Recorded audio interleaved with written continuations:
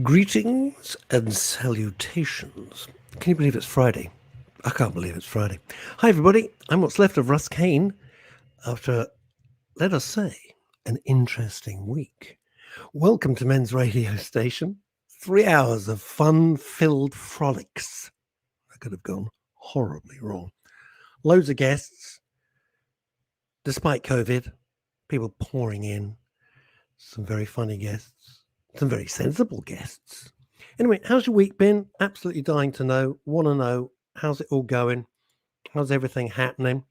Let's dash up straight away to Edinburgh.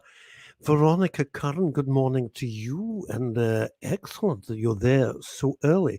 In the 11 o'clock handicap stakes here at Kempton Park, it's Veronica Curran showing first in the sheepskin noseband and the blinkers on the far side, written by Lester Pigger, being pushed now by Sue Sleet from Fife in Scotland. Scotland making a very strong showing today on the handicap stakes here at Kempton Park. Sue Sleet, good morning, everyone. And Sue Sleet really putting Veronica Curran under some pressure now. The 2 furlongs from home. Emma Webb joining in now. Emma Webb coming in from the back. Emma Webb being ridden by Scobie Breesley there in the colours of Her Majesty the Queen. That's how it works, basically. Hi, everybody. You know what I love? When Howard Jameson and I kicked this off in January 2019, said, men's radio station, right, where men really talk. It's my little strapline. 50% of our audience are women, and that's just so great. That's so great and so encouraging. I'd quite like to change the name of the station to be more encompassing. But you've also got women's radio station, as you know. Leslie Ian Jones, funny people on the show, and Russ. You know, Leslie Ian Jones. Nice Peter O'Sullivan impression, by the way. My dad was a huge gambler. So I grew up, right, every Saturday. And he'd get, because we didn't have remote controls back then, right? So he'd put one TV on top of another TV in black and white so he could watch both channels of the racing station. You think I'm making it up? No. So I grew up, good afternoon. It was John Rickman. Do you remember him, Leslie Ian Jones? Confusing, being called Leslie. Just saying. That's Peter O'Sullivan. He was my hero. I met him, and I met Lester Pigger. I can't remember what the hell I was doing, but I was at some racing charity event, and I met all my horse racing heroes. I don't bet. Isn't it interesting? I'm going to throw this out. By the way, everybody, today's edition of The Daily Show is sponsored by Smart Investments. Now, did you know that in the last year, the S&P 500, which is the index of the top 500 shares in the US, rose by 38%. Yet the banks and the pension funds found it hard to give us, wait for it, 1%, right? So index rose 38% and the banks gave us 1%, one stinking percent. That means, to put it into perspective, that for £1,000 or $1,000 growing by 1% per annum, it would take 72 years to double. And that's without taking tax or inflation into account. Meanwhile, the investment club doubled its members' funds, within the year. So you can put in as little as £100 a month to much, much more. It's entirely up to you. We can't guarantee growth. Continued growth at this rate, but we do expect it. Find out more and talk to our Smart Investment members. Visit www.smartinvestments.ai. I'll give you that again, www.smartinvestments.ai. Smart Investments, ordinary people, extraordinary wealth. Live well, have fun, retire early with smartinvestments.ai.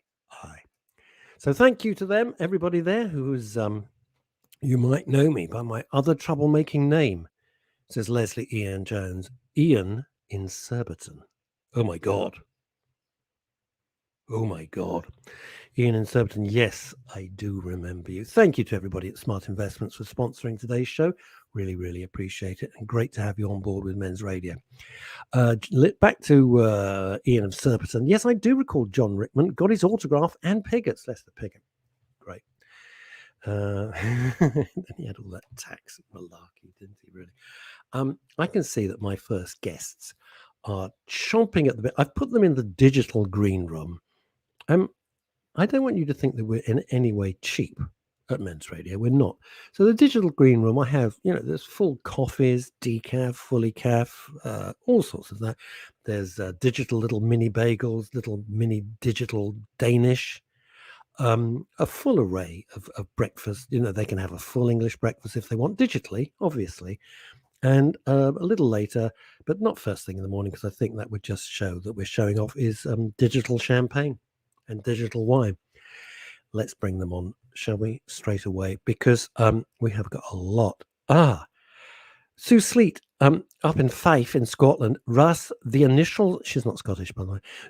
Russ, the initials of the radio station, it's for women too. No, Sue, I know, that was one of the gags. It's MRS, Mrs. Up here for thinking, down there for dancing. All right, let's crack on. Bring on my first two guests. They are Mr. Simon Warren Freed. Ooh, and hello, Jeff. Hello, everybody. Good morning. Hello, good morning. God, it's very show busy today, boys. Why do the banks only give 1%? Because we hate them and they hate us. Is that it? Because they can't get away with less. There you go. He's on form today. God help you.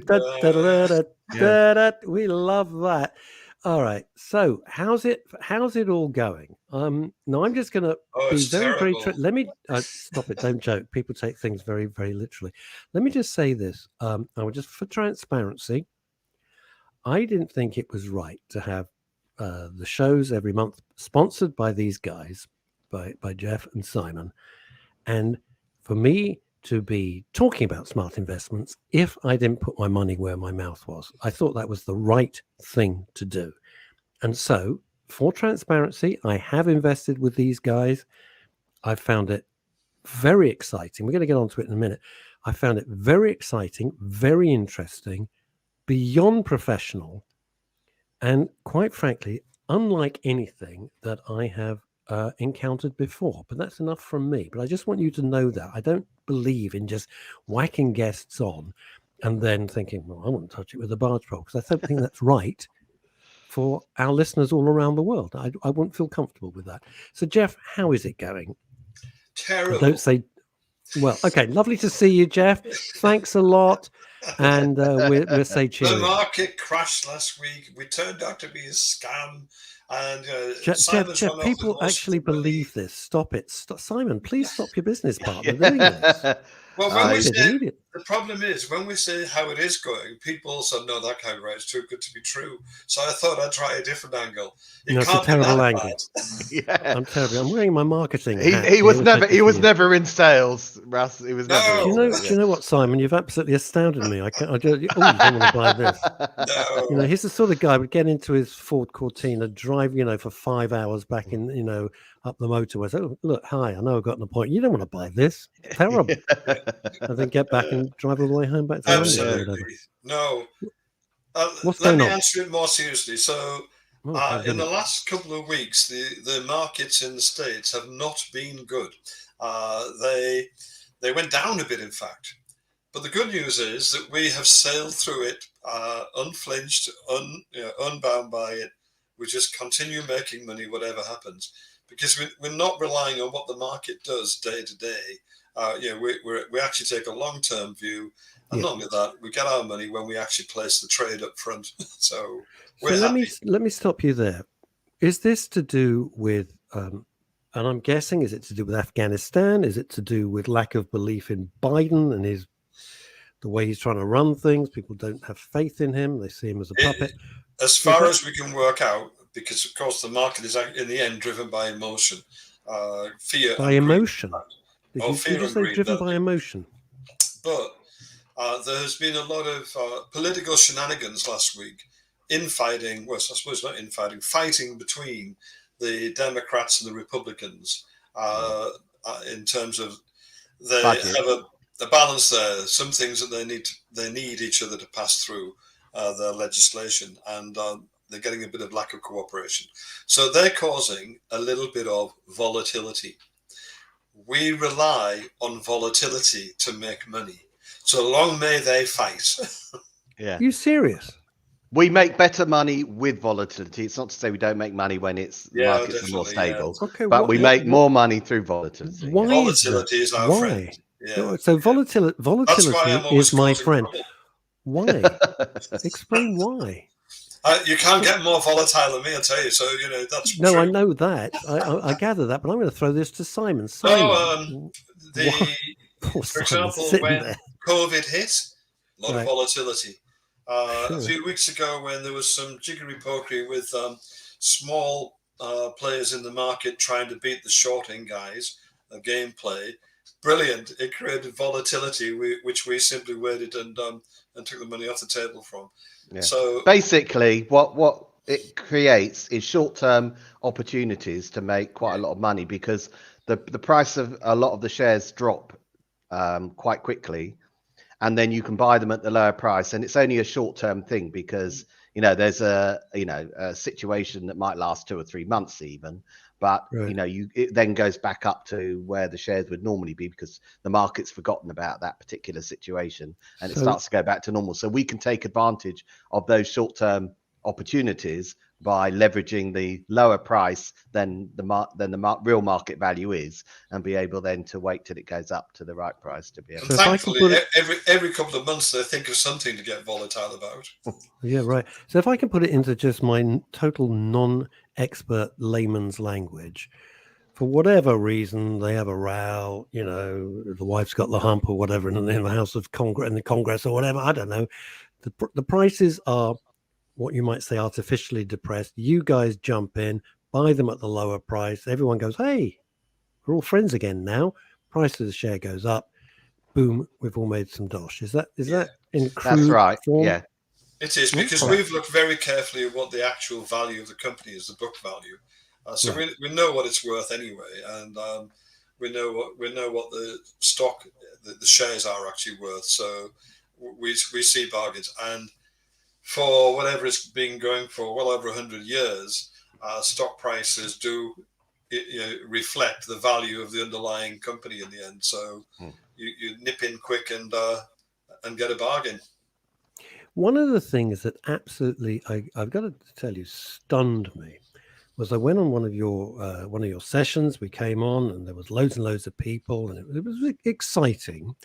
And then these screens came up on all our individual laptops, at home. Obviously, I'm not sitting in an office or anything. It's not Wall Street, and it might be Wall's ice cream. That's as close as we get. And interesting, it was fascinating. It was absolutely fascinating to watch what you boys were doing. It was extraordinary, suddenly all these graphs, it's all in real time, and you're going, this is, I didn't understand. I'm going to be honest. I can't pretend I followed it all. And I think most of the gang didn't. But you were, what I love about you guys is you break everything down into real layman's language. And especially Jeff goes like, this is what I'm doing. Let's take a look at this. And then the cursor goes over the screen. You don't try to blind us with science. We're all in it together. So I was really, joking aside, I was very, very impressed. I think you joined Sapphire and attended the first meeting. That's the name of the investment club. We have several. That's our newest little baby one. And people between them, often in small amounts, £100, £5,000, whatever, put in between them 200,000. It became $200,000. That was less than a month ago, and that's now worth $265,616.30. I can afford a coffee after the show. You can. You might even be able to afford a bottle of champagne. Even. Don't be ridiculous, Simon. Keep this real. Digitally, of course. Most of that we made at the first meeting that we had on the first night, within an hour or so. But I was going to say, what really is people love about this is two things. One, Jeff goes through the analysis so that people understand what the opportunity is, what the market underlying trends are, and in particular, you'll see the graphs where you'll see the share price versus where it's expected to be in the next sort of 3 to 4 months. And typically we try and look at trades over 3 to 4 months. So it's very engaging for people because there is a direct association between their investment and they can see on the screens how their money's being applied, and then seeing at the end of it, actually, oh, look, we've, the cash has now increased, by X. And so they, with most people who, when they do investments, they get a letter every, year to tell them good, bad, or different news. Yeah. With us, they get engagement every week on WhatsApp with a share show update, plus the monthly meeting where we do live trades and we go through stuff, and people engage in that and they like that, So here's a question. We forecast where we think the price is going to get to, and then here's a question. Here's a question. Okay. Would your guests agree? And I don't know if he's being facetious or he means it. Would your guests agree that the best time to buy gold is when it's not advertised on TV to buy gold? Yeah, absolutely. But there's a more general point there, that whether it's gold or shares, people are often tempted to buy them when they see something in the media, whether it's a newspaper or the TV. I can tell you that is then old news. Yeah, and too late. The prices have been taken into account by the market. That whatever they're telling you about it has already been taken into account. The only time that works is where if you have, which is illegal, insider trading information, where something before it gets published, which is illegal. So you end up like Michael. You end up like Gordon Gekko and banged up. Yeah, absolutely. Yeah. But in the press, once it's out there, it's already been taken account of. Absolutely. The market's already adjusted to it. So you might still get a little bit of an uplift, but you certainly wouldn't get the uplift that you might expect if based on what the information says is happening. Because market's already accounted for that. So. George Soros on the phone to Jeff. That was yeah. Sorry, no. George. I'm talking to Russ George Kane. Soros. So who was George Soros? Hang on. George Soros. Yeah, I mean that's what investment clubs used to be. There used to be people, normally a couple of old blokes in the back room of a bar or a pub or something, with yesterday's newspaper, reading the articles and making decisions based on it. And what we've done is basically just trashed that idea and said, no, there's no reason why we shouldn't have the best intelligence on the planet, because these days it's available. You don't need a team of eggheads in some room with zillion-dollar computers to do it. What fascinates me is because I do kind of like tech. I don't at the moment, as my emails have been hacked, and even the other separate email is now playing up. Don't know what's going on. I don't know what the hell they get out of it. Apart from trying to give me a heart attack and nervous breakdown. But putting that to one side, it is fascinating watching all the whizzy gadgets that you guys have. It's extraordinary. I've really never seen anything like it. Let's get back to basics if I can, boys, because many people may not have seen you before and they're watching all over the world right now and listening as well. And hello to everybody in Deluxe Radio and Radio Waves. Big shout out to David Wimble as well. Hope you're okay, fella. Because there's at least about 60,000 people right now on Deluxe Radio who take our show. Now, you don't have to be a rich person to do this. You don't even have to be a wealthy person. If you've got a small amount of money, that's fine by you, isn't it? There's no. Yeah. It's actually why I do it. We've got lots of people in the UK whose pensions have been ruined. So we've got police officers, fire officers, NHS workers. They used to retire. Policemen used to retire at 45. Now it's 60. Most of the people in the public sector were retiring at 55 and is now 60. So they retire later. They've got to put more money in and get a smaller pension. And I just thought one day, no, there's no need for that. Let's help them to retire earlier than they thought, put less in and get more out. So I keep it open to people who want to put in £100 a month. That's it. That's it. The difference is, you know what I've said to people, and some of our listeners I know, we can't mention any names, so please don't, but I know that some of our listeners are following, they've then looked at you, they've done their own due diligence, because they're not stupid people, we're not gullible. It's not like, oh, look at me, I've lost loads of weight, follow my diet plan. Actually, you've gone to a hospital and had a gastric band. I mean, shit like that really drives me up the wall. So, I know that they've looked at you and said, no, this is absolutely bona fide. The thing is, the banks are giving you nothing. Hang on, I can't take that call. Hey, can't take that. I did phone him, but he phoned back too late. Is that Mr. Soros? That was George Soros. George, I can't. I'm on with Jeff and He's Simon. saying, can you ask Jeff to call me? Yeah. He's desperate now. He's absolutely desperate. Here's the thing. The banks are giving you nothing. So when in the old days, you say, I've got money on deposit.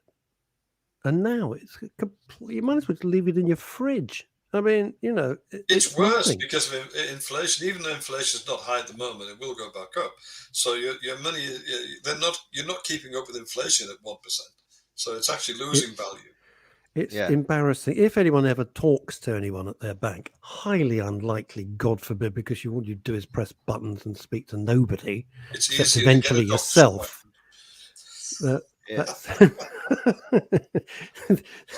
He's on form today. He says the call was that's the call from Phil's Thai massage. Yes. No, Phil's still on holiday. I don't know what it was for me. It was for you, yeah. Said Jeff, have you got your usual Friday 12 o'clock appointment? I said no, he might be a bit late because he's on the radio. It is so. So the bottom line with this is, if you have by any chance some, I don't like the phrase spare money, but you know what I mean, what we would normally traditionally call, money on deposit, I don't need this has covered my mortgage or my rent and my food and everything, so I've got a little bit stashed away. It just makes sense. Yeah. And also just Russ, let me just say one thing. Yeah. The thing that I know you can't say, but I will say, there's a sense of excitement. There's a sense of, this is really engaging and interesting, as opposed to, let's be honest, is there anything more boring than banking? There's also a very strong sense of community. Precisely. Now, I wasn't expecting, I'll be honest with you, Simon and Jeff, I wasn't expecting any of that. I wasn't expecting the sense of community, which obviously, having co-founded Men's Radio, is something that I am very serious about, because I think in these horrible times, it's more important than ever. And I wasn't expecting the sense of, this is really intriguing. How's it going to go, etc., etc. I just want to say one thing, Russ, because I think what's also might be important to your listeners is, this is not just for personal investment. This is for businesses as well. So we have businesses, for example, that may put money away for corporation tax that sits in an account, at the bank, earning them nothing, who are now putting money with us. And by the time it comes to pay the corporation tax a year later, they're making the profit that they would have had to, that they can pay directly to pay the corporation tax, and having the lump sum with us. It's a great way also for people who've got SAS pensions to what pensions is that? Sorry? SAS pensions. What does that mean? Administered. Yeah, self-administered pensions. Where they loan it to their business, and then the business invests with us, or they can maybe apply it directly into us, and they repay back that loan, and still have a big capital sum sitting with us. So it can be for businesses as well as for individuals, is what I'm saying. So people just when they're thinking about it, if they're thinking about what their business might be doing, they might have lots of cash sitting around in their business, really not making them anything. Yeah. And this gives them opportunity to create revenue and growth without selling anymore, or spending anymore. And let's just be very clear. If somebody says, I think one of the big fears is you get locked in, and then something happens. You need the money. It doesn't matter what it's for. You just need it. With a bank, sometimes if it's a 60-day notice, you are screwed. I've been there myself. You've got something on deposit. You desperately suddenly need the money. Something unexpected pops up. You can't get your own money, which is infuriating and quite dangerous. I've been there, and it's not pleasant. So you guys do not lock the money in. Is that right? No, they can have the money back. We like to have some notice, because the trades that we do are 3 months long. But we're not here to not help people. Quite the opposite. We're here to help people. And because of the way we trade, rarely actually buying shares. We're actually trading in options. So there's usually a lot of cash laid about. So we can normally pay people if they want it. But the thing is, Russ, we've been going 2 years and nobody's asked to take any money out. which is fantastic. No one's left.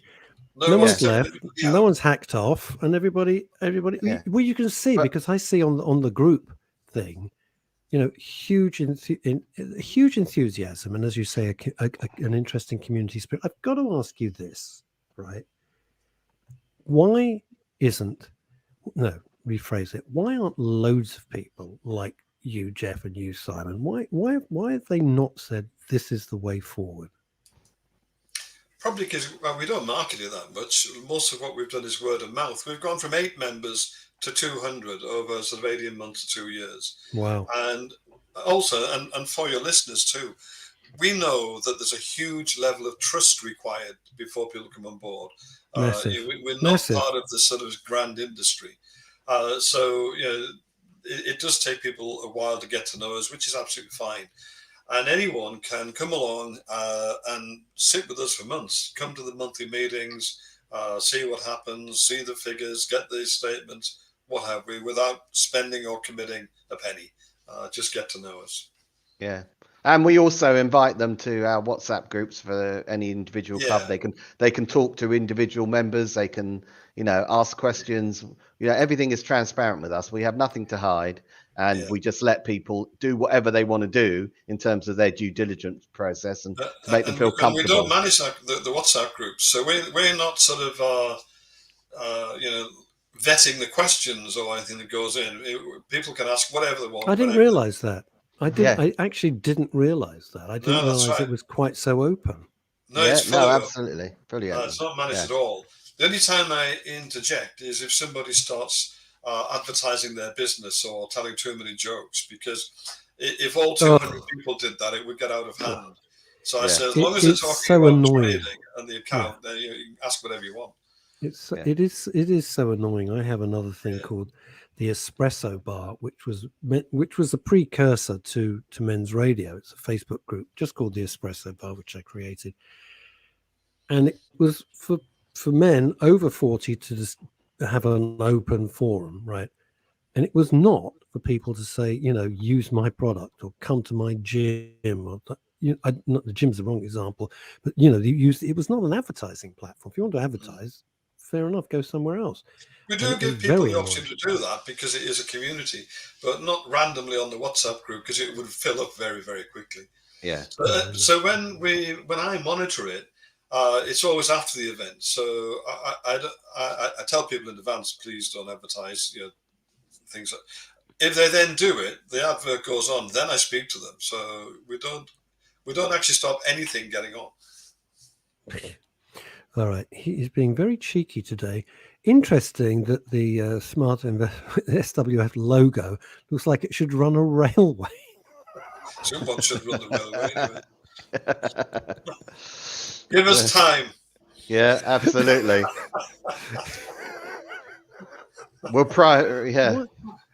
Why is it that banks and people, there is such a chasm? It used to be called, when we were writing stuff and marketing and advertising, it was called the reality gap. The gap between expectation and the reality of what that gap was huge. And you see all these adverts for banking, and it's all so friendly and soft and cuddly. And I just sit there going, what a load of bollocks. It's not like that in real life at all. First, we can never speak. There's one on at the moment, a TV one, where I don't even know which bank it is, but some lady, it shows you going through her life getting older, and the bank. Yes, what happens? No.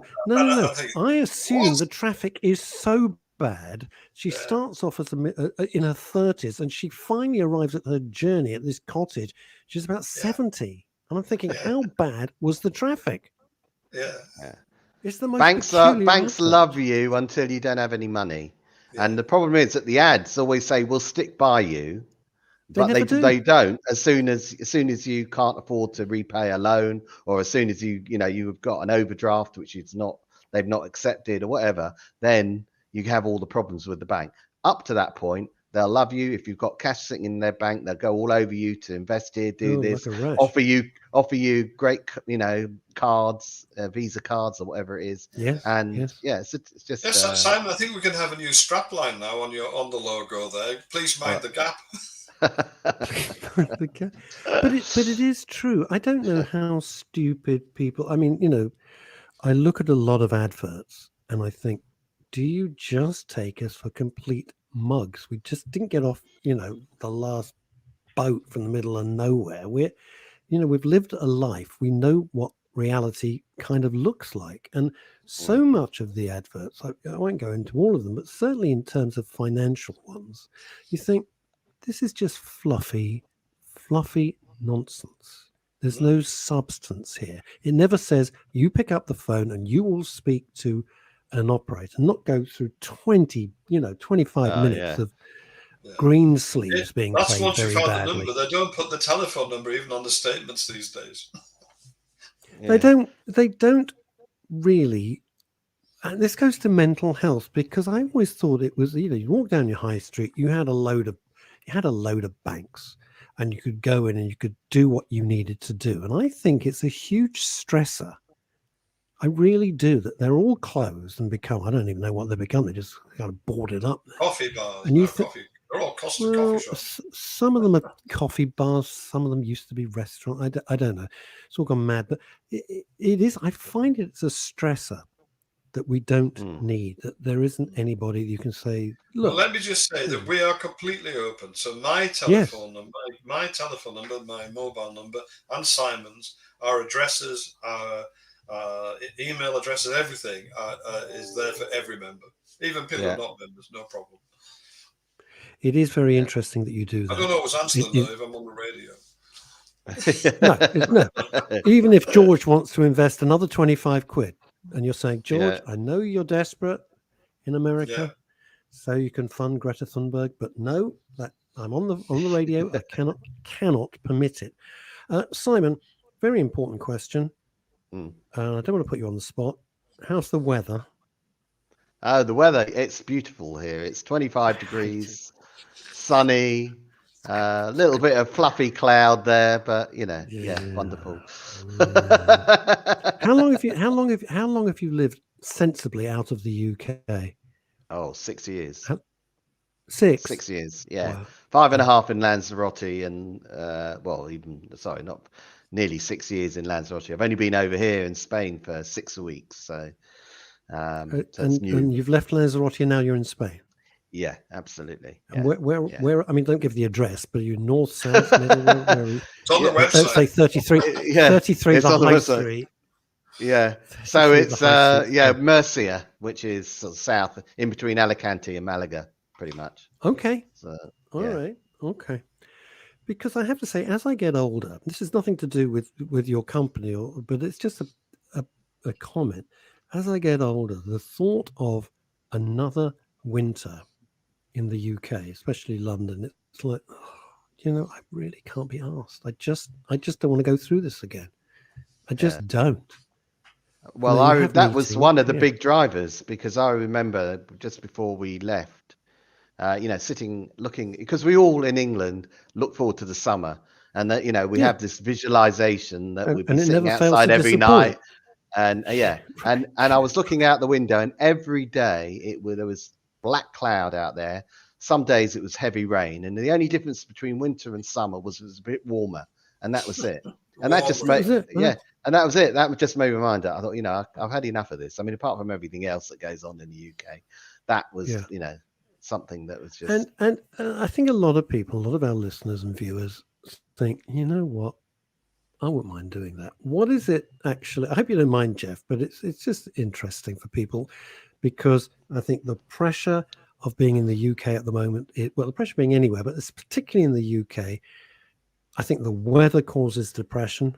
I genuinely do. It's unendingly grey, and I don't mind the cold.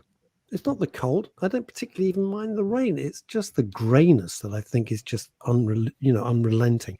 What is it like on a day-to-day basis? Obviously, you're running smart investments, so you're busy. But on a day-to-day basis, I don't know. Do you speak Spanish? Have you made new friends? What's it like when you decide to I've open a bank? made new friends already, so that's good. I don't speak Spanish. I learned for 2 years, but unfortunately, because I sit in my office all day long talking to people in English, I don't practice Right. it. And therefore, you've got to practice a language like that to start to get it in your head and be able to speak in a Spanish mental state rather than trying to translate what you want to say from English to Spanish.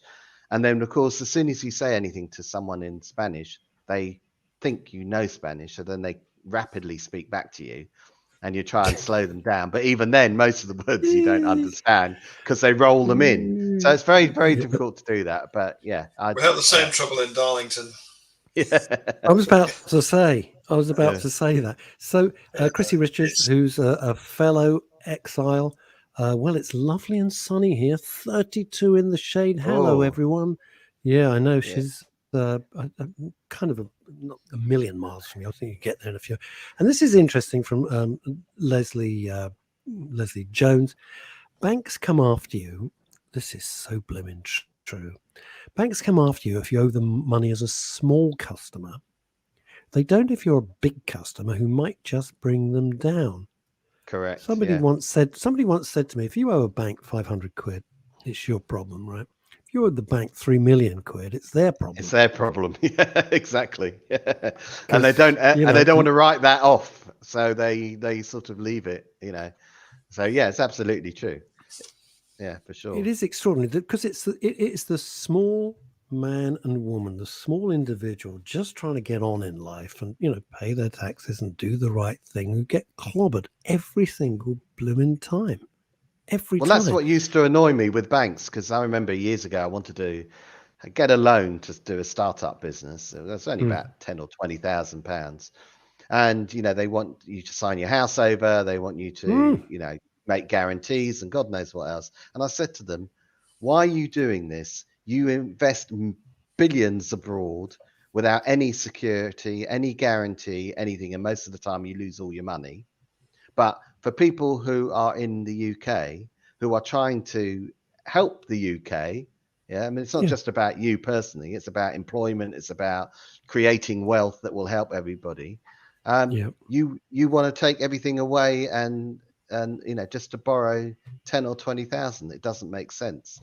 It's My like, ugh. business partner and I, Howard Jameson, and I, we wanted to get. We didn't want a loan, by the way. We wanted to go to their. I'm not going to mention the bank's name. A charitable. They've got a big charitable division. And when we were kicking this off, Howard and I we put in our best bib and tucker, and we went off to say, look, we don't need a lot. We're not asking for a loan because we're self-funded. We're now a CIC company, both men's radio and women's radio are CIC, which is community interest charity companies. It's not for profit. It's because we believe in what we're trying to do. And I'm laughing because of the irony. They sat us in as I said, I'm not going to say the bank. They were very charming. Please don't misunderstand. They were no way rude. But they sat us in a room that had antique silk Chinese, a huge room, wallpaper. The Oh. wallpaper alone, joking aside, was priceless. A huge room and very, very high ceilings. And Howard and I are not much sitting there looking at second-hand it. value, though.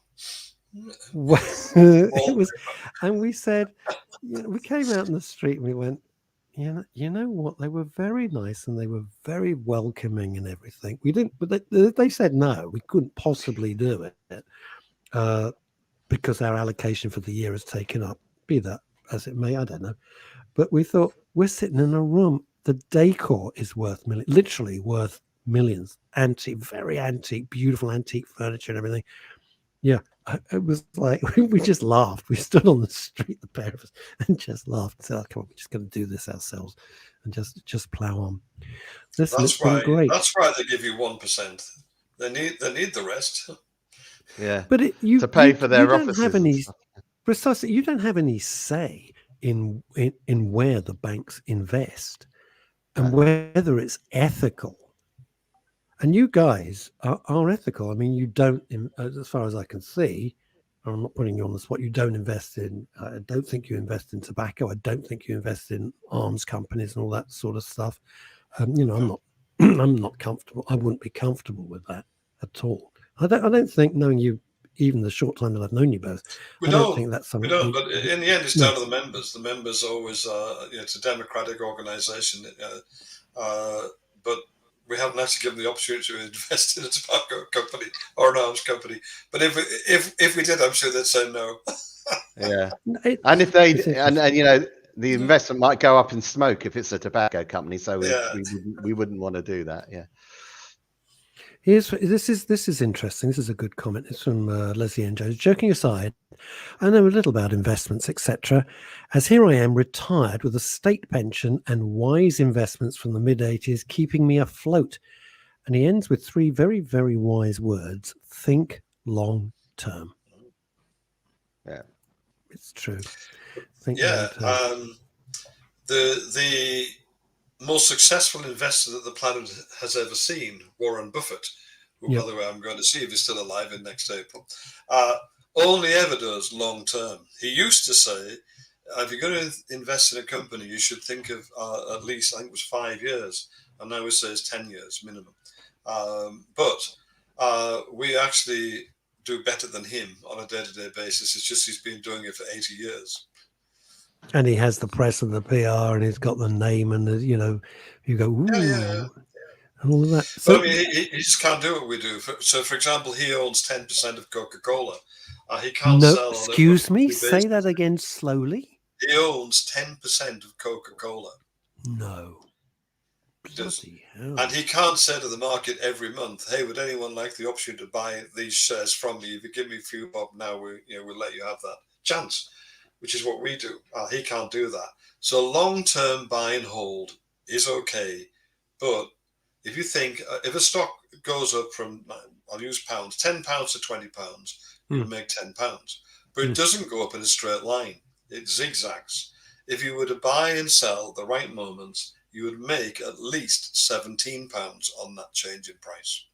So long-term is good, but actively managing is better. Brilliant.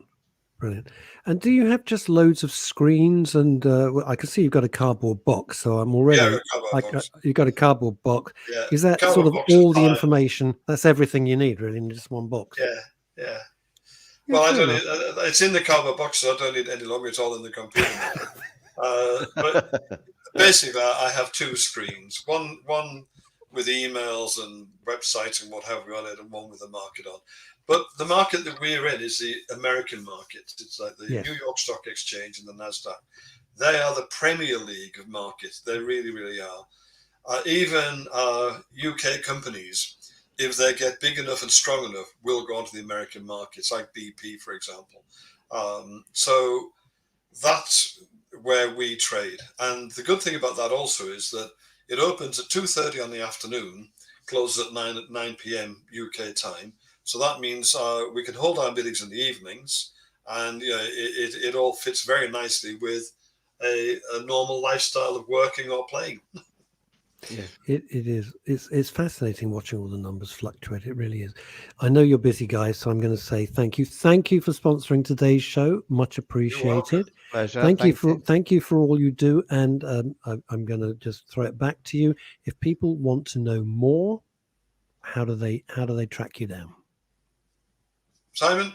Okay, so you can go either to www.smartinvestments.ai, and then you can take a look around the website there, and you can register your interest. If you're interested, there's a form, register interest, and then we will contact you directly off the back of that. Or feel free to contact me at simon.woman-freed@smartinvestments.ai. Brilliant. So, I just go by Jeff. But it's Smart Investments. Like Lulu or Prince. Smartinvestments.ai. Yeah. Right. Smart Investments, plural, .ai. What does AI stand for? I have no idea. I can't remember. Artificial intelligence, as far as I know. But yeah, that'll do. I just went along with him. Listen, thank you for everything. I will see you in the very short Fantastic near future. Take care. You very much. Okay. Yeah. Bye, everybody. Thank you, everybody. Thanks for your time. Bye. Cheerio. Bye. Very charming fellows, actually. Very, very nice guys. Now, you might be thinking, apart from the fact that they sponsor today's show and regularly do, why have you got finance guys on a station that specializes in mental health and well-being? And I'll tell you, because I think that money, worrying about money, the lack of money, worrying about your future is one of the biggest stresses of all.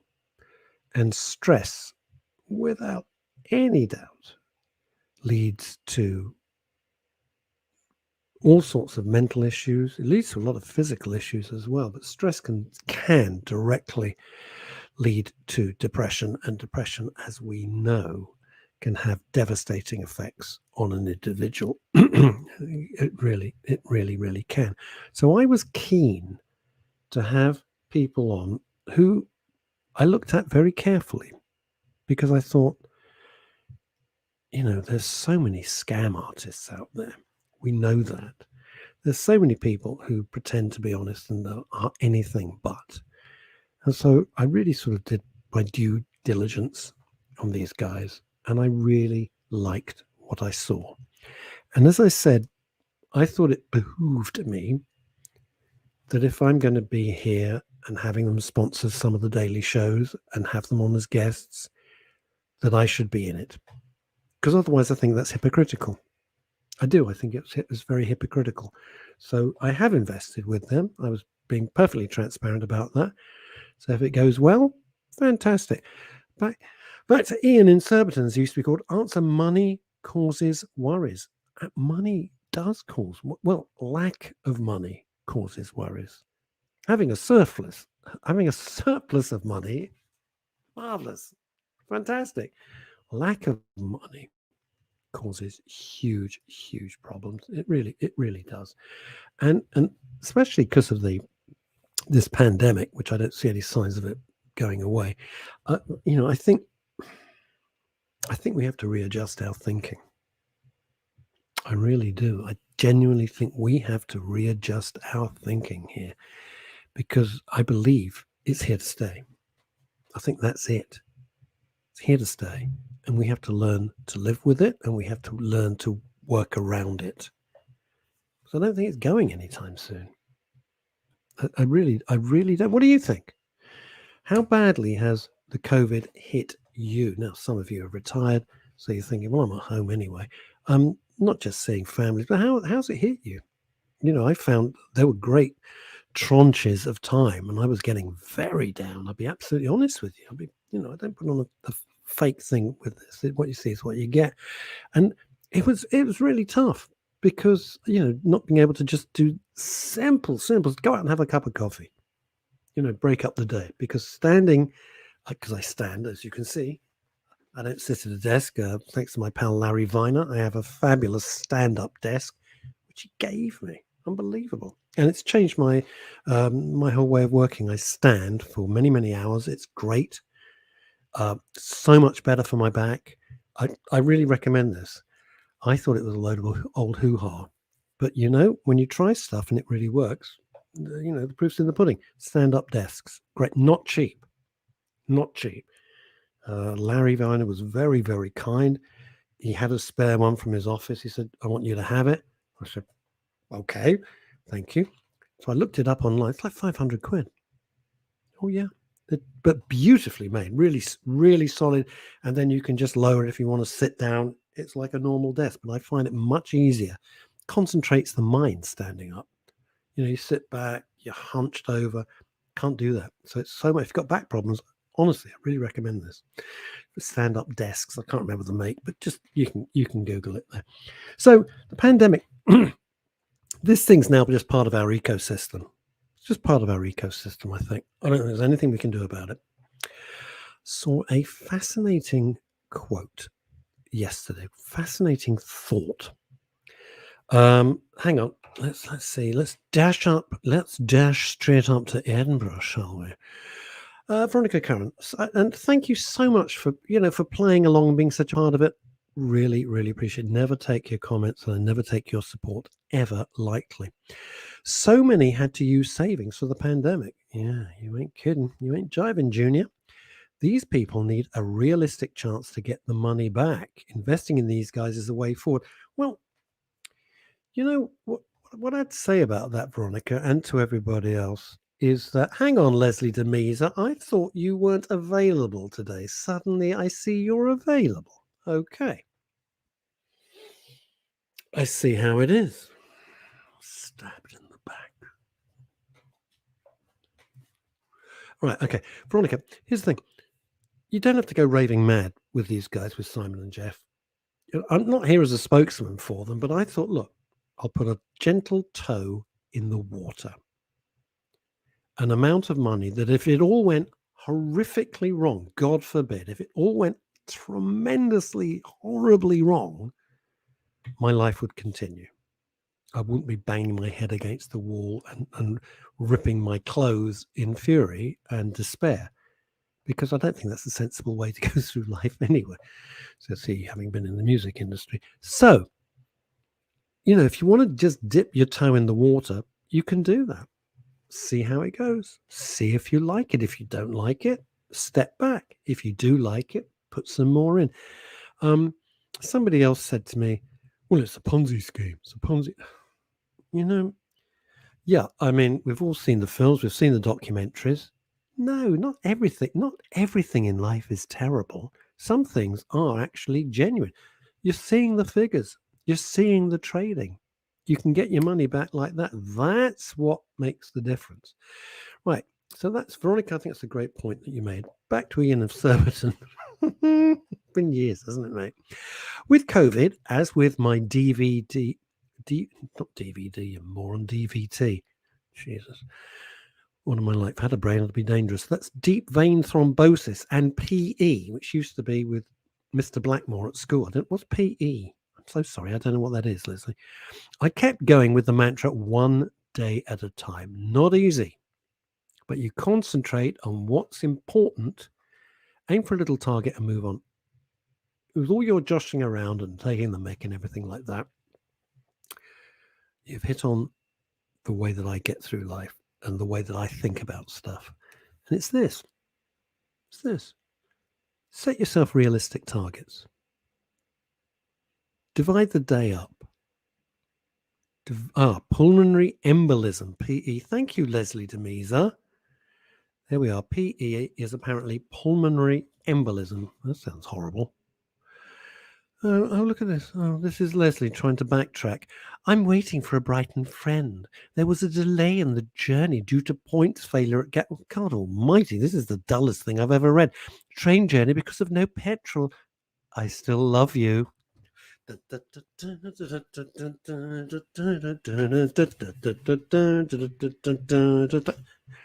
day is made. It's funny, isn't it? Pulmonary. Now, this is. I want to go back to this. I think there's a stupid phrase. It's a little vulgar, but it really makes sense. And the first time I heard it, I didn't get it, and then I got it. And the question is, how do you eat an elephant? And I went, I don't know. One mouthful at a time.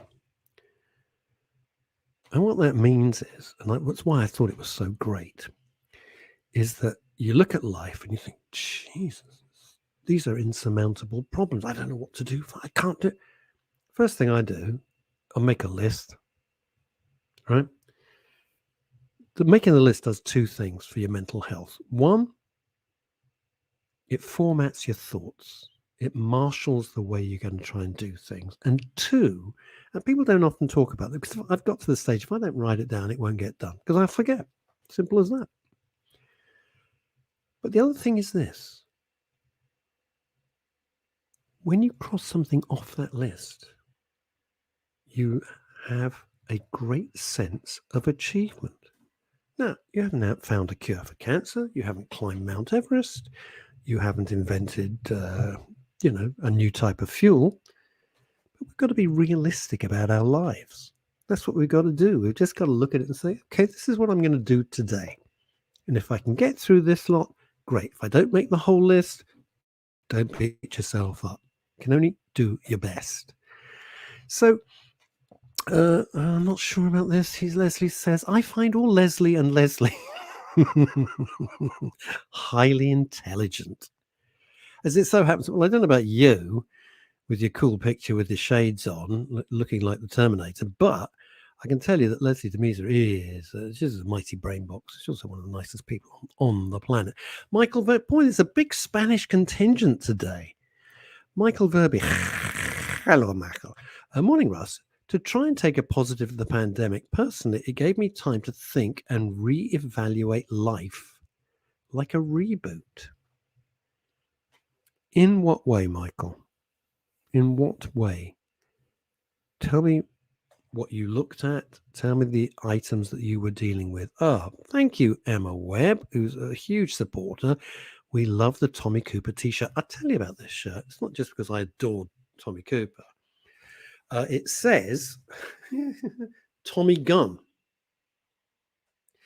And it's done by the British Forces. The profits from this go to British servicemen who I think have a terrible deal, and I think it's really important. So I love the idea they had a thing which just said Tommy Gun. You know, there's Tommy Cooper with a machine gun. What makes you laugh these days? What makes you laugh these days? Anyway, it's important. I'm just throwing out some themes because I just find it really, really interesting. Michael Verby is saying that the pandemic personally gave him time to think and reevaluate his life. I'm assuming, and I don't know because I've never asked him, because I haven't seen him since he was 13 years old. Can you believe that? 13. For me, almost 20 years. Ha ha ha ha ha. Is this that you left Leeds and you're in Spain and clearly loving it there. Clearly loving it there. And me and significant other have been chatting about, do we want to be here for the next winter? Do we want to be here at all? Don't know. Not sure. Emma Webb, I love Tommy Cooper what does it say? As much as you do. You know that. Such energy, so funny. The trick going wrong. Just perfect. Yeah, because you have to be that good to make it look like you're that bad. Tommy Cooper, I just have to see him. And I'm laughing, I'm smiling. And also for me, very happy memories. Because my dad was a pretty serious guy. Certainly when it came to me. You'd see Tommy Cooper or Morecambe and Wise. He was crying with laughter. And I loved that share experience of sitting with my dad, watching Morecambe and Wise or watching Tommy Cooper. And it'd just be cracked up. He also loved Benny Hill, which you can get on YouTube. And you look at Benny Hill now, and I'm not doing it from me too, I'm not. It's just the humor hasn't aged well. The humor on Morecambe and Wise, it's immortal.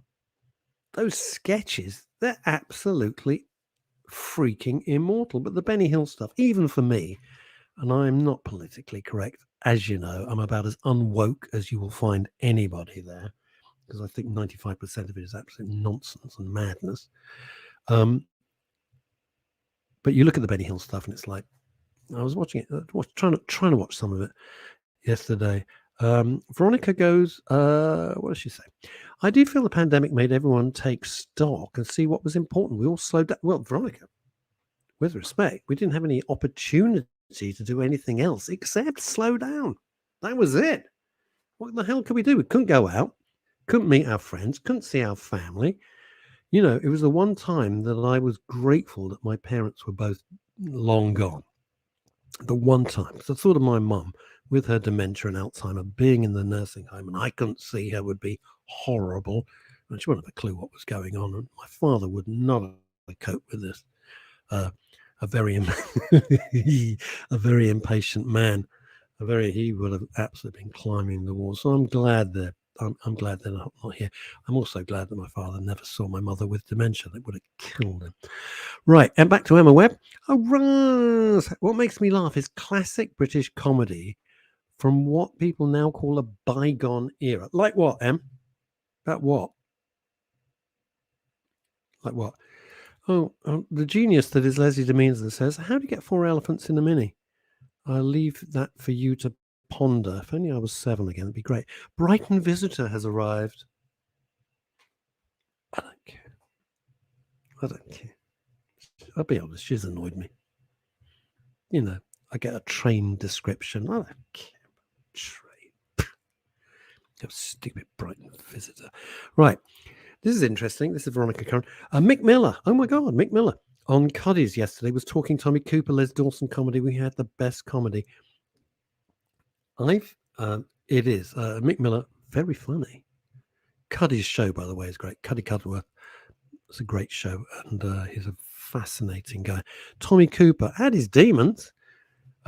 Les Dawson, I mean, they just had funny bones, and they cheered us up. They weren't sarcastic. They didn't sneer at everybody. They didn't try and put everybody down. They didn't do political, I hate everything except if it's far left, and all this nonsense that we have to. Oh, Ramsey's going. Love the Tommy Cooper t-shirt. Thank you very much. Tommy Gunn. There you go. As I said, the proceeds for the shirt go to the armed forces. So I'm very happy with that. Now, this is interesting. What do you mean by this?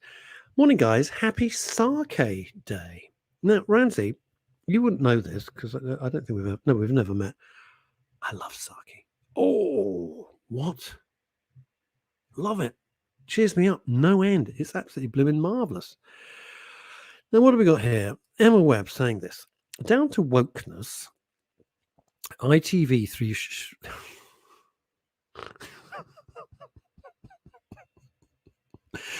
I'll try again. Down to wokeness, ITV3 shows classic comedy and says comedy from the 70s, etc., are from a bygone era and words featured may offend. Really? Really?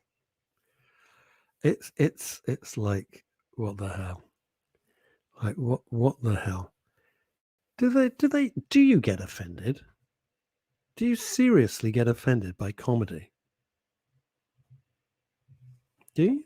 Does it upset you? Do you spend the rest of the day going, ooh, ooh? Hey, hang on, this is good. Wait a minute, this is about sake.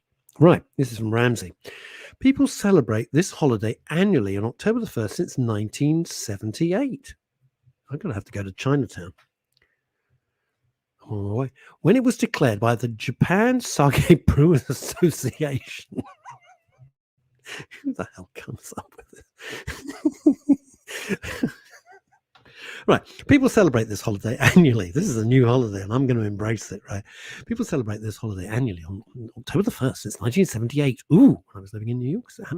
When it was declared by the Japan Sake Brewers Association, celebration of Sake Day on October the 1st is connected with the fact that its brewing season always starts in this month, and it lasts till April. Okay, so we could have that. And he says, Leslie goes, we'll bring on the sumo. Wow. I found a great little TV series, by the way. I have no idea what the hell it's called because it's all in subtitles, but it looks fantastic. It's clearly Chinese. It's not a joke. It's beautifully made, and it's obviously a whole long thing about China fighting Japan in like the 30s, 40s. It's quite extraordinary to watch. I don't really know what's going on, but it looks great. Back to Emma about comedy. Comedy is good for health.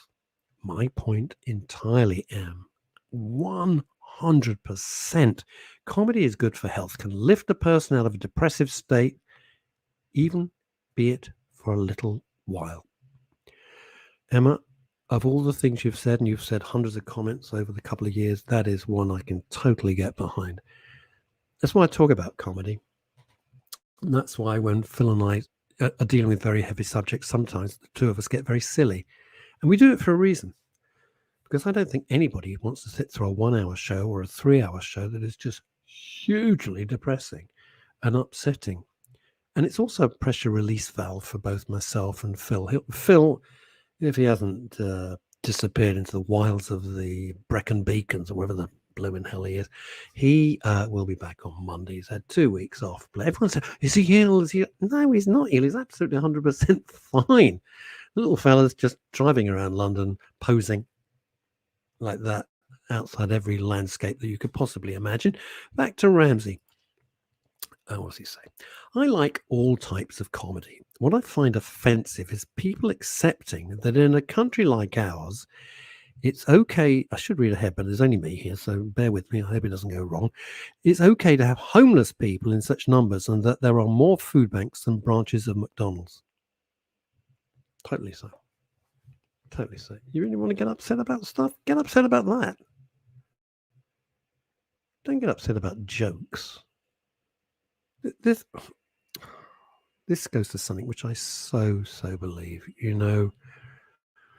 I don't know if it's not a conspiracy. It's like while countries like China and Russia are focused and have a forward plan, this is what we're doing. This is where we're going. Right? We spend our time having bullshit arguments that everybody has a cervix. Are you mad? This is the logic of lunacy. Men don't have cervix. End of discussion. So you have major political parties and everyone has to show how, I'm more woke than you. No, I'm more woke than you. And they just talk crap. It's not what we want. You want proper leadership. We don't want all this nonsense. So when you've got real issues like homelessness, that in a country like the United Kingdom, you got more food banks than you have branches of McDonald's. How can that be right? We're not India with billions and billions of people starving. We're not Pakistan with the same sort of thing. We're not some desert country in Africa. This is nuts. This is completely and absolutely nuts. What is the point? We get distracted. My point is this. Comedy is great for your mental health. It lifts your mood. The fact that you're laughing releases endorphins, makes you feel better. All of these things. But when there's real problems, don't get caught up in stuff which is rubbish, which is nonsense.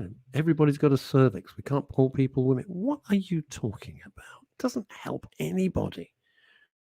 Helps a tiny minority of so woke. I don't know how they get through life. Chrissy Richards from Spain. I don't watch, so I can't get offended. That's fair enough.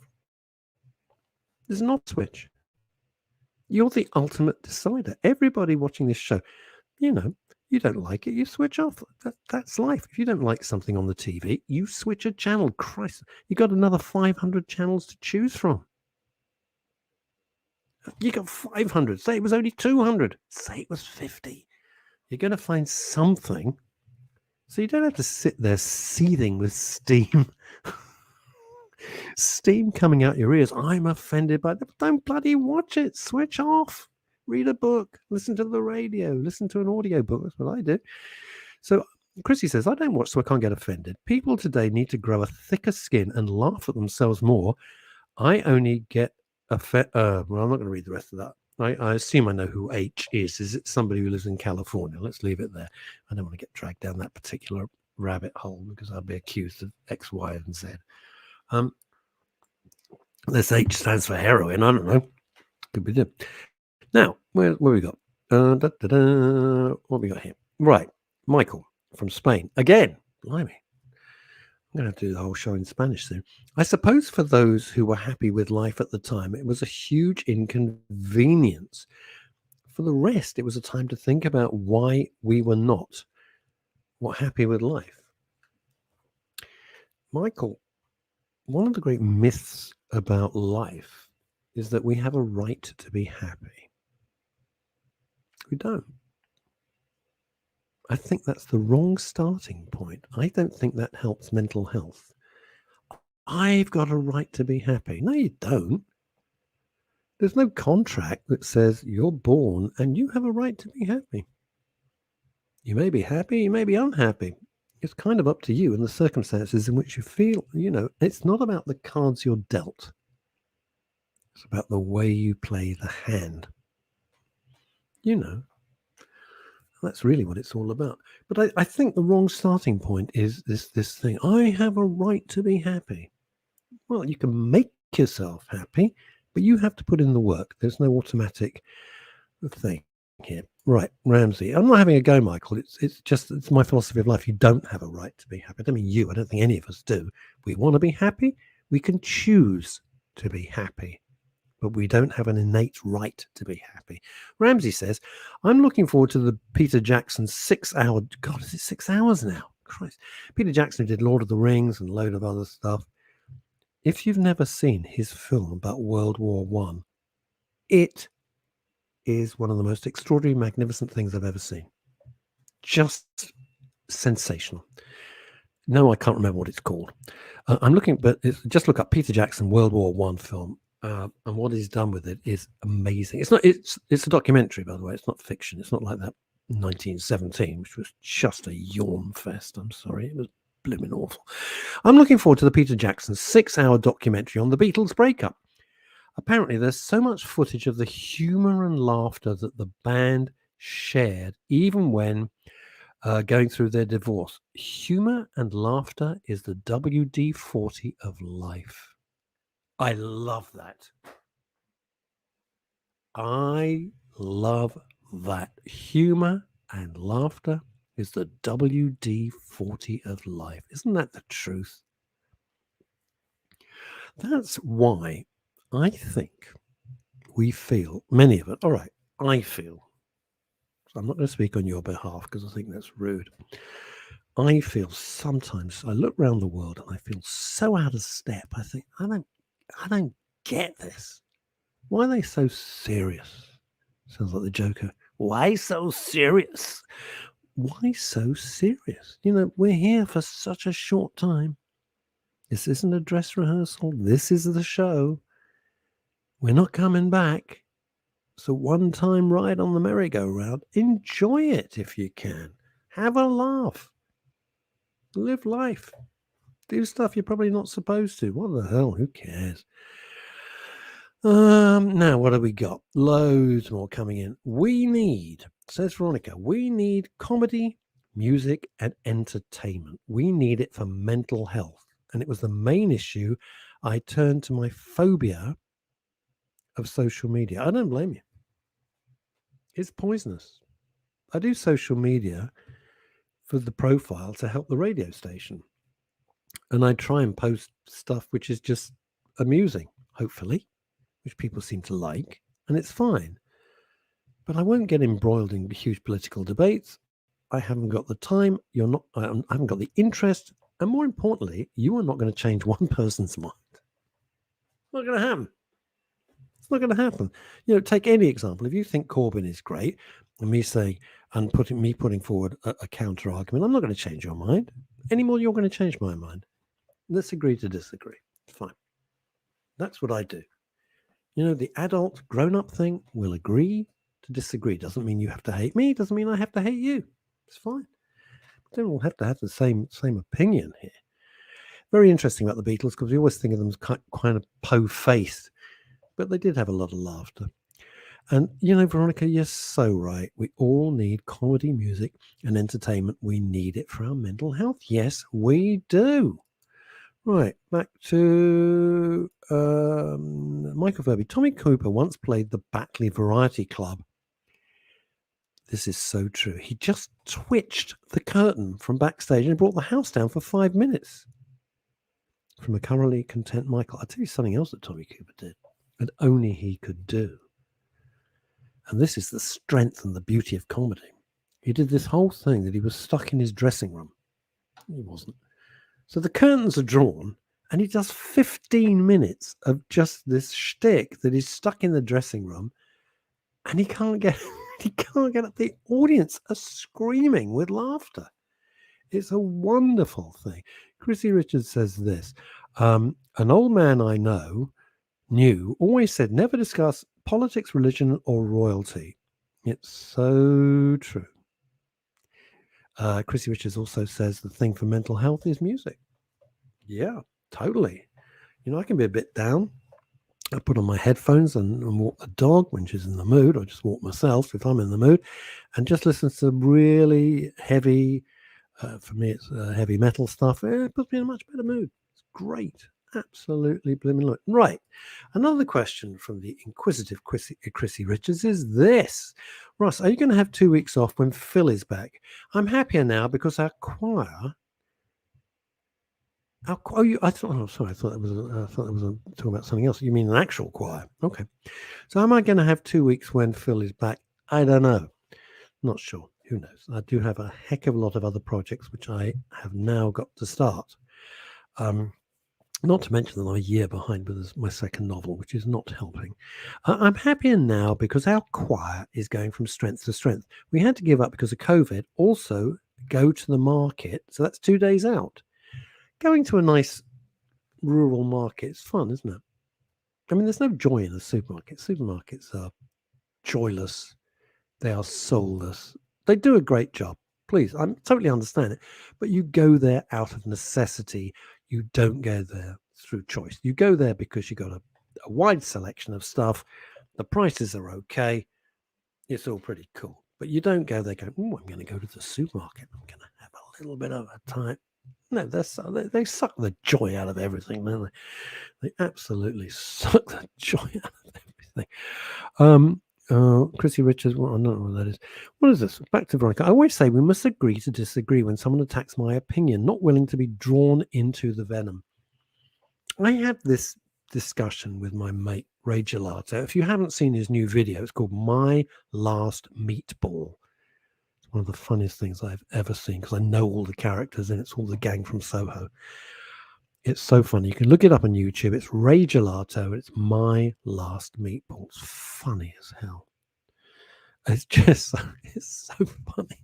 The fight scene between Rocking Dave and Ray Gelato made me cry with laughter. It's great. I might get Ray on the show to talk about it. What have we got? Mike is selling his whirly gigs. They live them. I think you mean they love them. All right, this isn't a euphemism for something. He's not selling drugs in Spain. He makes wooden whirly gigs, so when the wind comes, they zip around. Have I got that right, Chrissy? They zip around, and he goes to the market and he sells them. People like it. Hey, I can see my next guest in the digital green room. I don't want to be rude. I put out some digital Danish and some digital sandwiches, and frankly, he's eaten a lot. And I'm a bit hacked off. I am on a budget. Can't believe that. He's helped himself to the digital champagne. I hate Christmas. I've never liked Christmas, and I totally loathe Christmas. But here's someone who's telling us... I'm going to let him speak for himself. Hello, James Lovell. Hello, Mr. Kane. How are you today? Oh, that looks a very showbizy background. That's great. Yeah, who's James? Who's that? Santa is a big name in showbiz. Who's behind you? Who's in the photos? Okay, I've got Richard Burton and Elizabeth Taylor. There you are. Get out. Jeez. Yeah. How come? And that there is Bonkers Clowning Company. I was a clown back in the 80s. And they scare the crap out of me. I hate clowns. Well, you don't like Christmas and clowns scare you. This is a challenge. No, you're going to pull it off. You're fine because Mark says you're great. Yeah. Mikey knows. I am. And so Santa. Well, we'll get onto that in just a moment. But clowns, yeah, they scare me. I don't find clowns funny. I've always, even when I was a little kid at the circus, Dad would take me to the circus when you had the lions and the tigers and the alligators. You had all this stuff.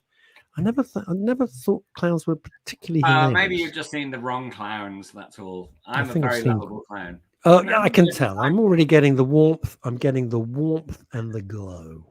Good. Well, I'm glad to hear it. No. That is a fact. Let's be honest about it. Now, James. Yes. Why are you here? Why are any of us here? Well, I'm here because I'm here because Christmas is coming, which is exciting. And I know you'll say it's only October, you fool. But I start thinking about Christmas professionally in January. I hang up the suits because I've been running a Santa school. This will interest you. In fact, if all else fails, I see a profession in the offing for you. You'd be a lovely Santa. I start training. I would. Get off my knee, you little bastard. That would be me for a start. What do you want for Christmas? That's not maybe the ideal terminology. Okay, well, I'm just, you know, I'm just I think your attitude there was frankly questionable. However, I think it's the right attitude. When wearing a suit with the right training, I think you've got a lovely voice and a lovely laugh, and I think you could be a great Santa. So I start training Father Christmases early on in the year because I didn't even know you did this. This is fantastic. I've been director of a Santa school for 25 years, Russ. How about that? Hang on. Slow down, coaches. Whoa, ease up, coaches. There's a Santa school? Yes, there is. The Ministry of Fun Santa School was formed in 1990. Bring it on. 98, something like that. And the reason I was an elf, so having been a clown, I then stepped up and became an elf. And in my job as an elf, he's gone. He's back. In my job as an elf, I had to keep people happy as they went to go and meet Father Christmas. Sometimes there was a queue of like 2 hours and I had to entertain them. And I noticed that actually when they got to meet the great man, some of the people they dressed up in the red and white suit weren't as magical as others. So I took it upon myself. I can't believe that one. Well, when you go and meet Father Christmas, it needs to be incredible. It needs to be one of those things that a child remembers for the rest of their lives. It was for me. I met Santa in a shop called Beals in Bournemouth when I was little. Beals, I have heard of Beals of Bournemouth. Well, that's where I met him. Big department store, right? Big department store, nice old-fashioned Norman Wisdom style department store, and I've still got the pencil case that Santa gave me. I've still got the pencil case. It was a magical thing, and I love Santa, and and maybe contrast to you, I absolutely love Christmas. And why do you? Stop! Take a breath. Why do you love Christmas? What is it about Christmas that you love? Well, because is it the endless commercialism, the hyped up prices? I think you're hitting upon all the cliche reasons why people don't like Christmas. That's right. They're not. The main source of my joy for Christmas is the fact that we all deserve. And we do, whether you think so or not, we all deserve a little bit of magic in our lives.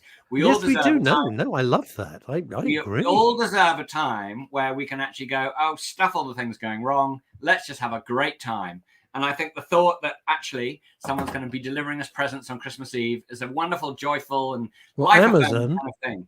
And I think... You mean Amazon? Say that again. Do you mean Amazon? Because they'll be delivering Christmas presents on Christmas Eve. Father Christmas, these drivers. Father Christmas, okay. These drivers for the places like you mentioned, they do a great job. But Father Christmas, he visits 843 million houses on Christmas Eve. How does he do that, James? How he has is he God?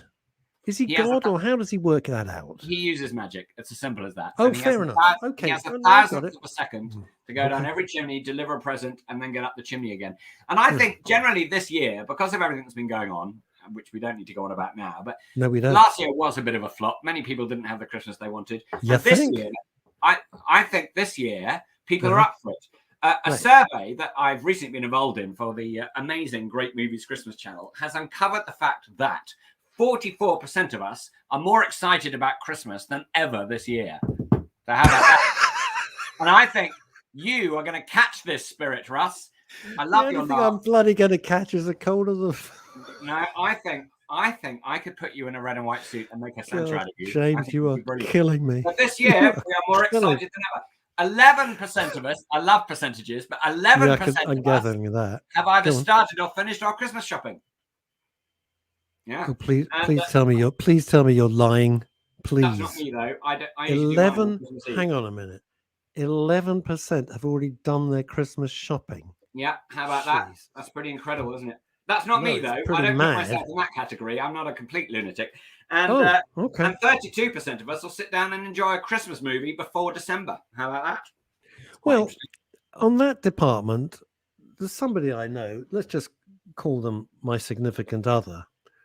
I go, I'll phone up and go, how's everything? Oh, I saw the loveliest film. Did you, darling? Yeah. Oh, it was so sweet. I said, let me just guess what the plot is. All right. The plot is successful, thrusting young businesswoman who's always very attractive, for some godforsaken reason, has to go to some hick town in the middle of America. And it's snowing and it's lovely. And bizarrely, she falls in love with the local farmer who happens to be a widower with a cute kid. How did you know? I said, because they're all the same. They're all the same film. What's that got to do with Father Christmas? I don't know. Is that a Christmas themed thing? Yes, because you get the Christmas things and they're always there for Christmas and they're meeting the family and it's snowing. Okay. While we're on the subject then, let's just talk about a couple of movies that I think need talking about here, just to dispel what you've just said. Okay. I think It's a Wonderful Life is one of the most positive. Fabulous. Yes. That is not what you've just described. No, it is not. That is a classic film, James. That's a wonderful film. It is a great film. I've watched it about 100 times. I cry more every time I see it. How about Miracle on 34th Street, which is another great film, has a slight sense of what you've just said in it, but I think it's still a wonderful, wonderful film, and Richard Attenborough is a great Santa. But there are actually hundreds of Christmas movies that you may not have seen. And mercifully, I say mercifully. Could you just add the word mercifully? There are actually, Russ. I'm going to challenge you here. I would challenge you to go onto the Great Movies Christmas channel and find 10 movies that you haven't seen, of which there are probably lots, because it sounds like you don't like Christmas films. Watch them, and I think that having done that, you'll be feeling festive. There you go. You've clearly never met my other half, who she loves those films. Watch them together. And sometimes she's crying. She'd be crying down the phone or something. I go, what's the matter? Is everything all right? You're not feeling well? It's so sad. Going back to Santa School for a moment, it's a subject that it's very easy to get emotional about. I find myself, because I occasionally dress up in the great suit myself, and I am Father Christmas. Think about a child's point of view. They've been thinking about this for weeks. I know. Yes. They're going to go and meet Santa.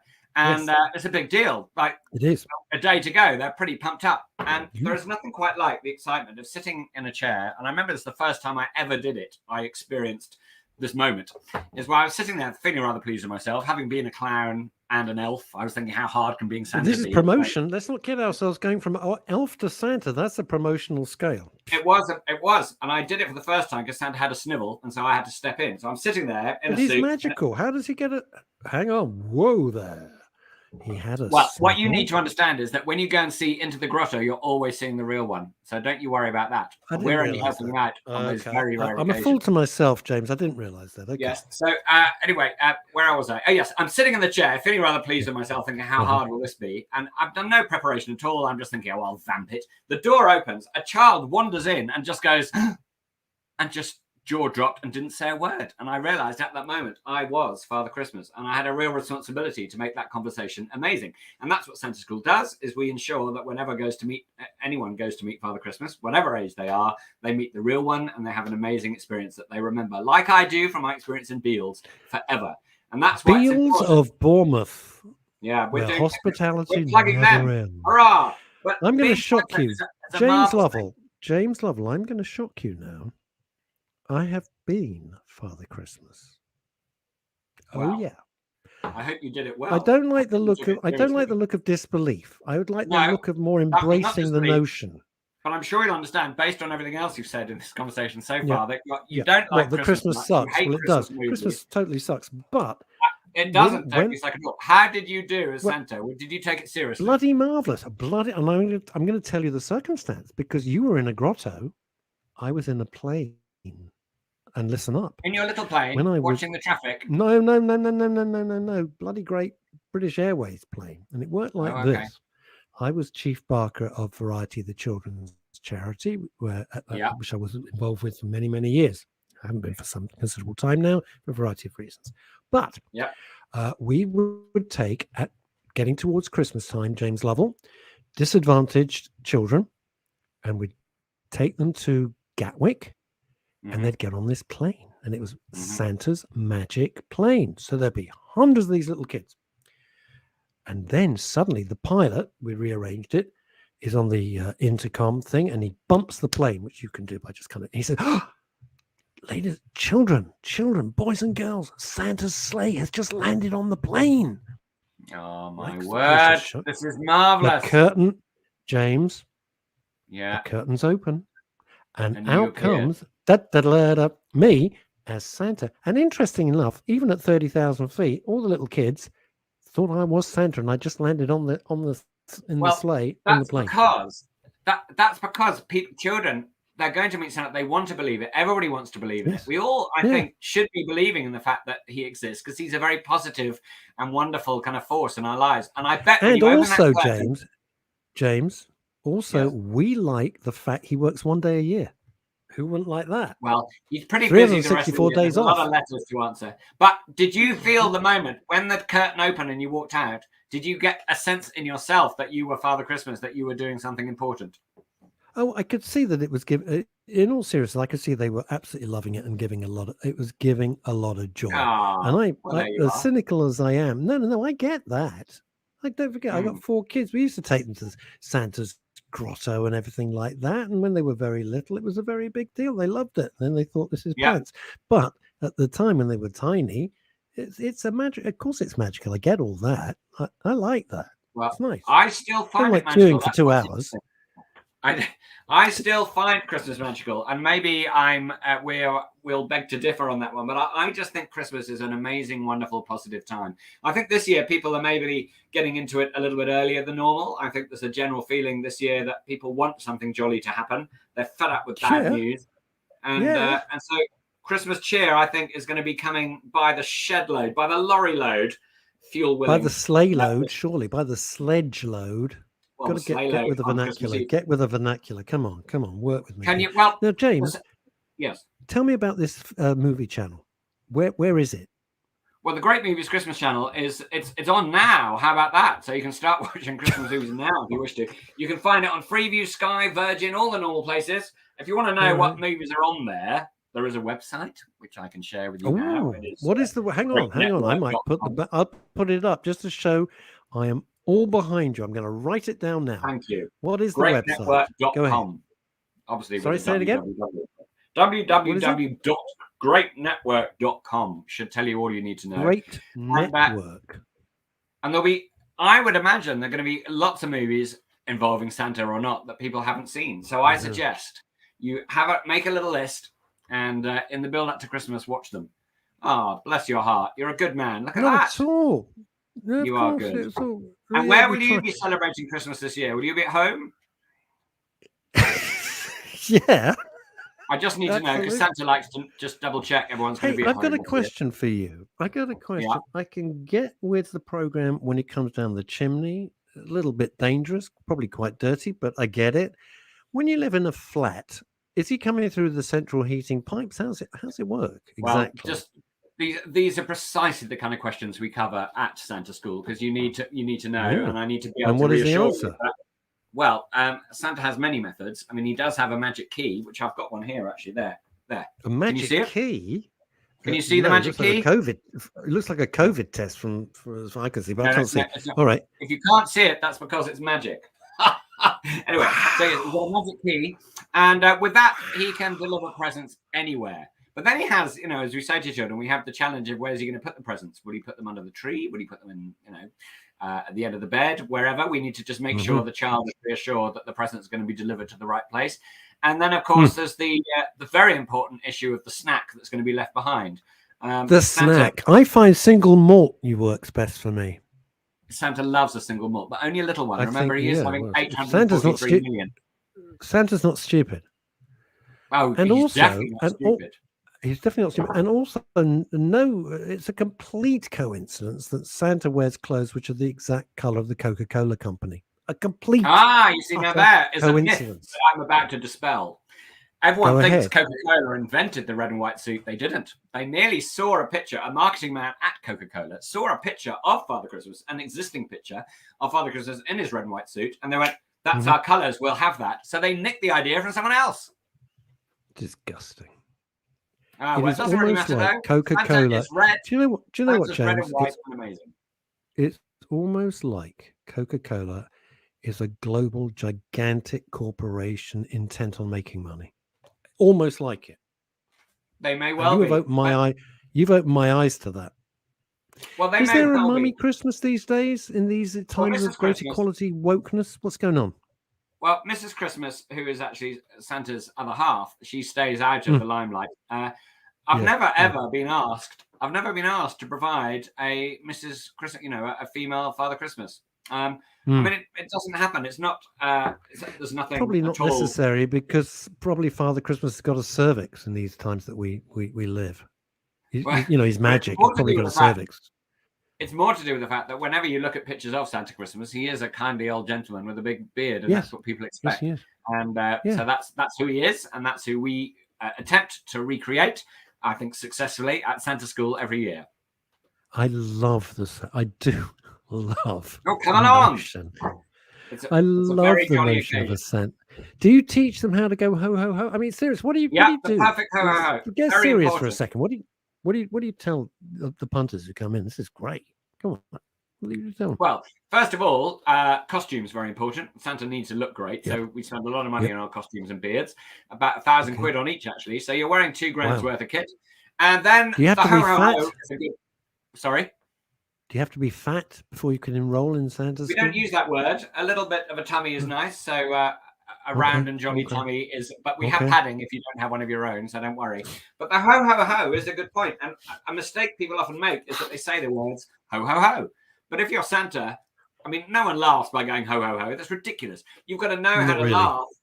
You've got to know how to laugh, but suggest the ho ho ho. So it's a ho ho ho. Go on. Could I audition? James, could I audition? Go for it now. Give me the ho ho ho. Hang on. I'm centering myself, James. I want to do a good performance. I'm going deep into my theatrical training, which I never had. Ho ho ho! Now that was good. Do you know what?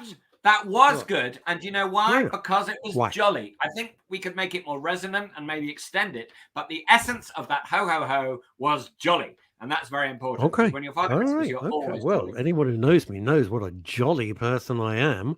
Yeah, well, that's good. Yeah, and your face needs to be jolly. So face-wise, remember the child, all they can see of you is actually that. Yeah. Everything else is beard, hat, and costume. So it's very important that your eyes. That's normally me walking the dog, James, to be honest. All you can see is, beard and a hat. That's it. Well, you need to look, your face needs to imbue jollity, because also in the photographs, they're going to see a picture that will be on their wall forever. Right. They need to see Happy Santa. So let's see you're training me up. I've done the hose many times. Give me some happy eyes. Now here. I'm going to give you. That's very jolly, happy eyes. Love that. Very good. And now do me your listening eyes. So you're listening to the child talking to you. Yeah, lots of eyebrow action. Very hang on, whoa. Hang on. Shh. I'm centering. Don't rush me. Good. Excellent. Always slightly exaggerated. And finally, for now, because I'm sure you well, I'll keep going for as long as you want. But finally, for now, can you name the names of all 9 reindeer? I can. Dave D, Dozy, Beaky, Mick, and Titch. Not a bad effort. Very good. But hang on. How come there's 9? There's 9. There's Rudolph. Well, there's 8 originals. From Clement Seymour's poem, It Was the Night Before Christmas, and then Rudolph, of course. So there's Donda, Dasher, Cupid, and Vixen. Hang on, I was going to go there. I'm going to see which ones I could remember. There's Dasher, Prancer, Rudolph, Blitzen, some other German name, which probably means let's invade Poland. I don't know what the hell it means. And I can't remember the others. Is there? I don't know. Do it as a rhyme. Donda, Dasher, Cupid, and Vixen, Dancer, Prancer, Comet, and Blitzen. And Rudolph. So there are 9. And it's important to remember the other 8 because Rudolph always gets all the fuss. But the other 8, frankly, they get a bit jealous. Is Rudolph an alcoholic, which is why he's got a red nose, or what's the deal? What's the deal with the red nose? No, his red nose is just one of those magical things, actually. So it's magical. Just a glowing nose. Okay. That's what makes him special. Okay.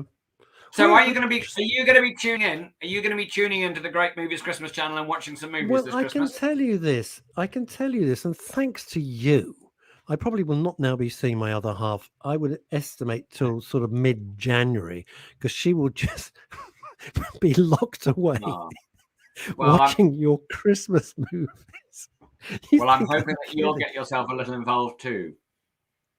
Well, the thing about them is that some of them, although they're terribly formulaic, you go, come on, you want to marry this farmer and his adorable kids, because they're never brats.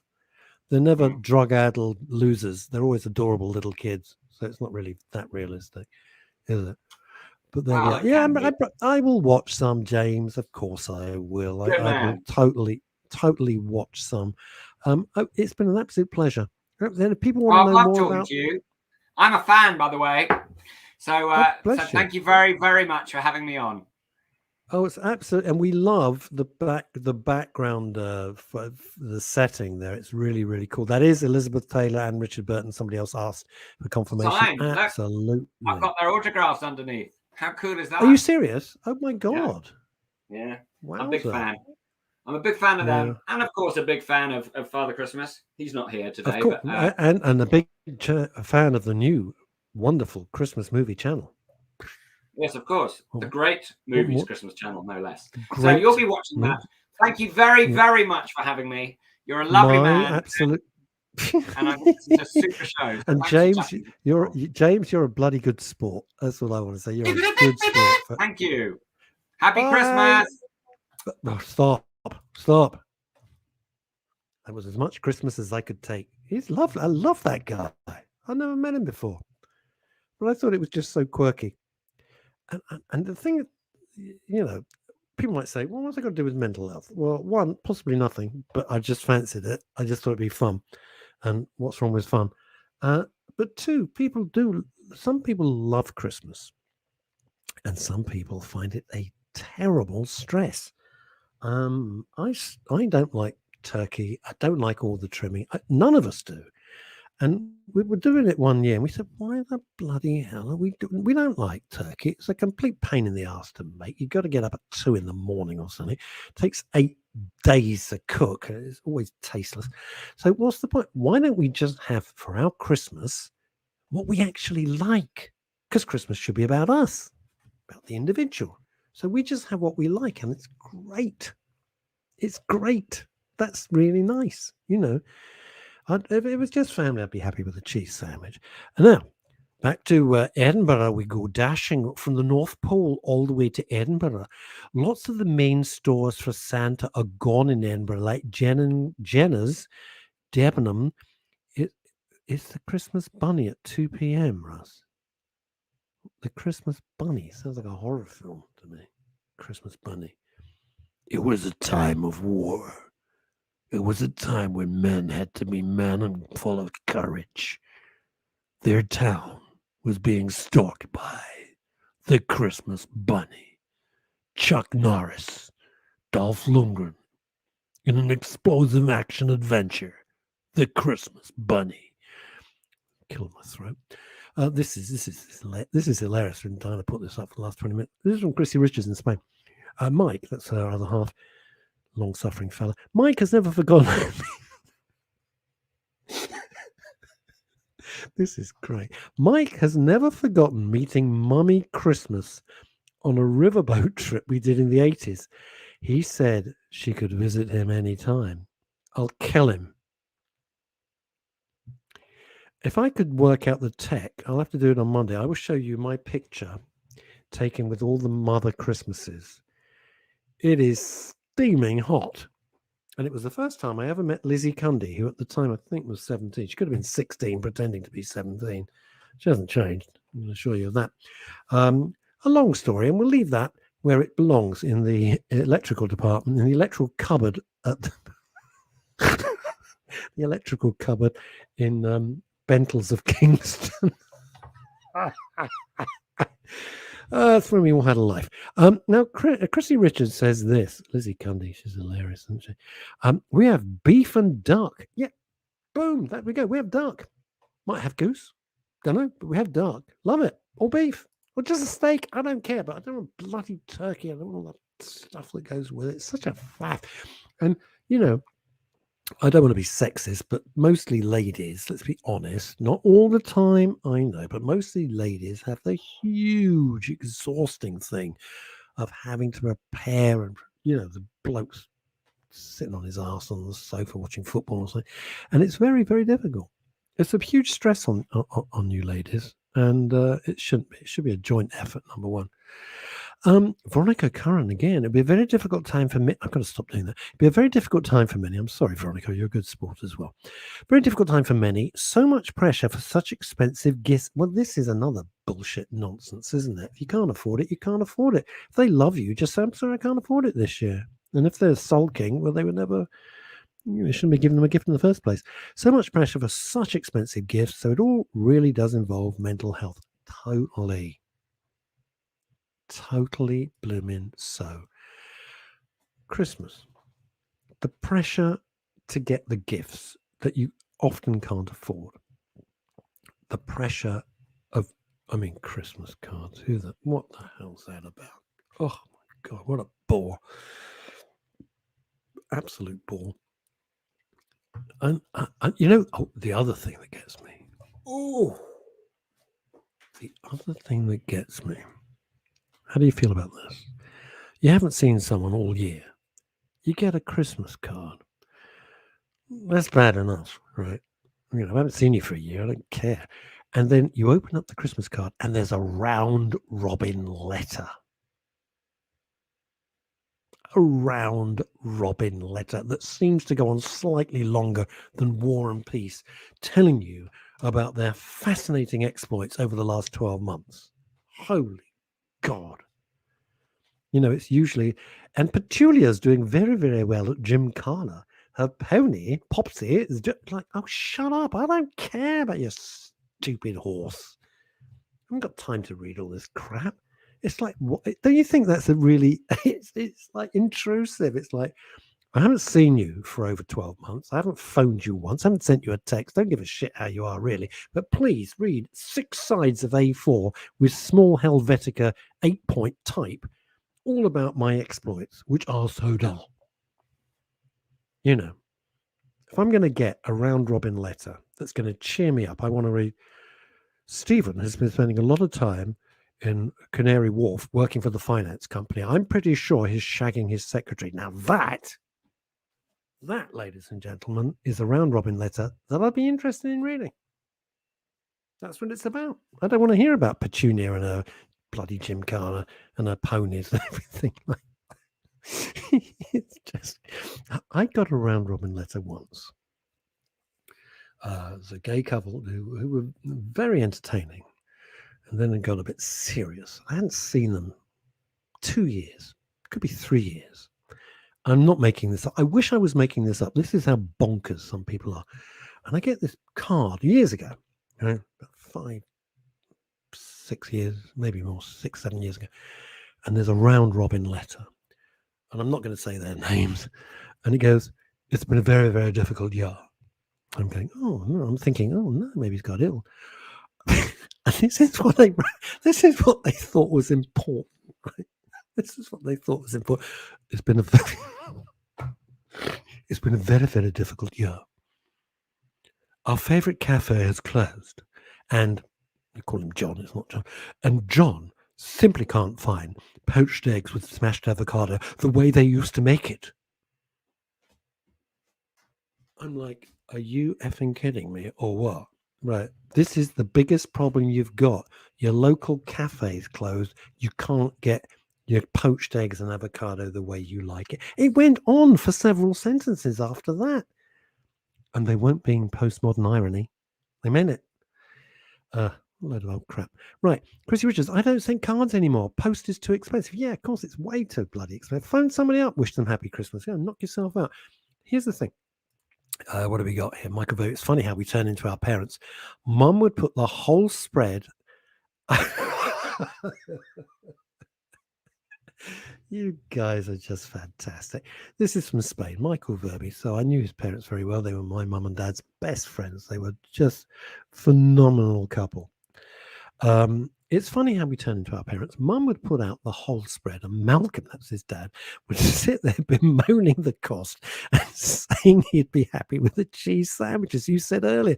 And nowadays, I couldn't agree more. The thing about it is, gang, it's like you want to be with the people that you care about and that you love. That's what Christmas is about. I don't want people that I haven't seen. I don't have any aunts left, but you don't want Auntie Doreen rocking up. You haven't seen her since last Christmas. She sits there, a miserable old cow, and moans about everything. Who the hell wants that? You don't want that. You want to be with your kids if they want to come. You shouldn't pressurize them. And it's just lovely to be with the people that you love and have a chilled, relaxed time.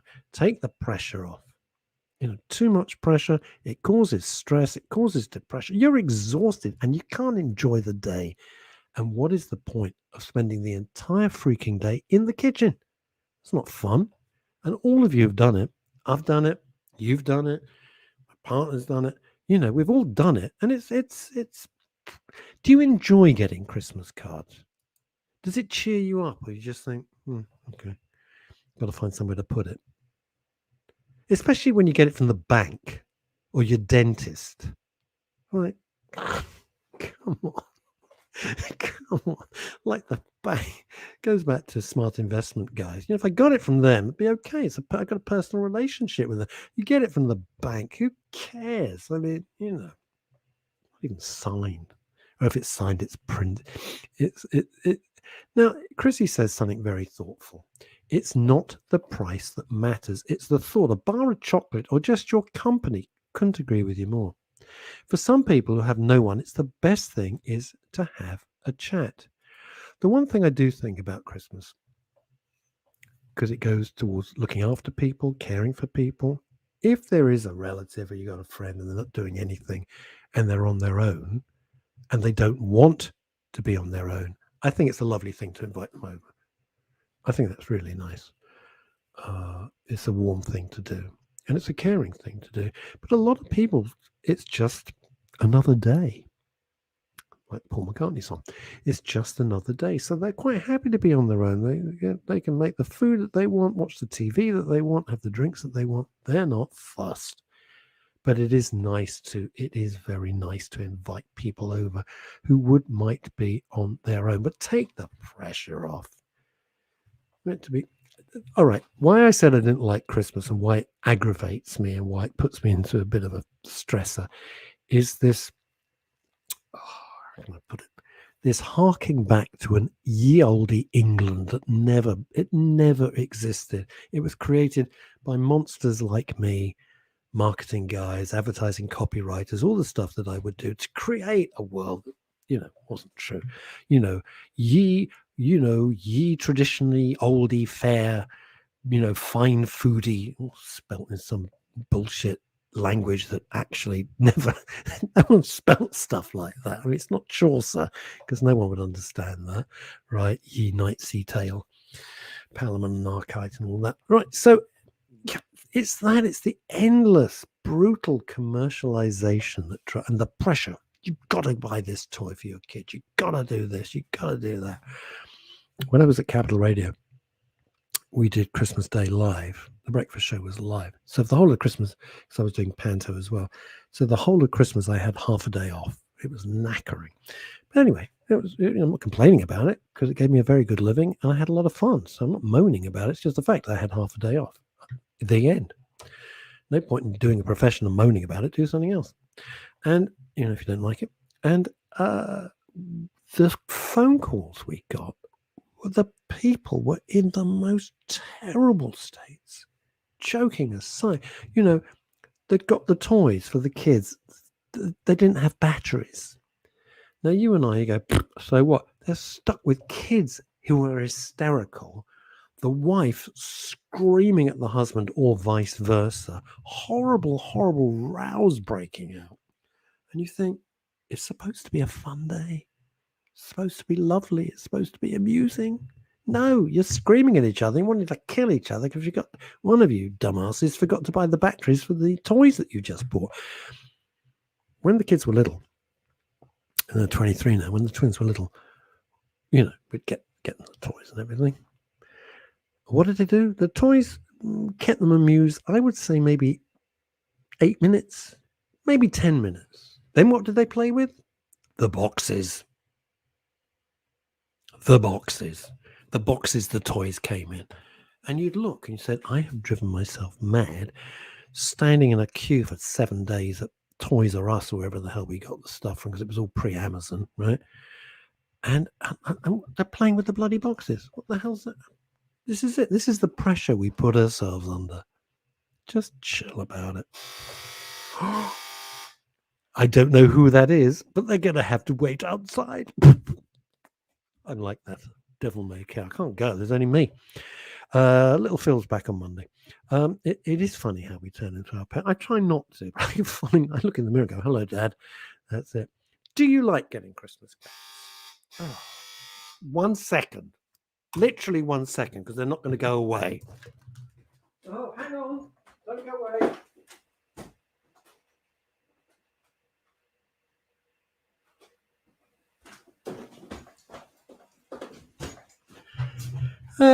You don't get that on GB News, do you? He's going to knock on the door now. I don't even care who it is. They can just wait. Now, talk about being a one-man army. No, I'm not answering the door. I'm in the middle of a show. Thank you. I don't know who it is. Go answer the door. No, Veronica, I'm not going to answer the door. I don't care who it is. They probably someone wants to borrow my car. I'm not going to answer the door. They'll just leave whatever it is outside. The keys to the Bentley. No, not going to happen. Oh, for God's sake. Now they're trying to bang my door down. Hang on.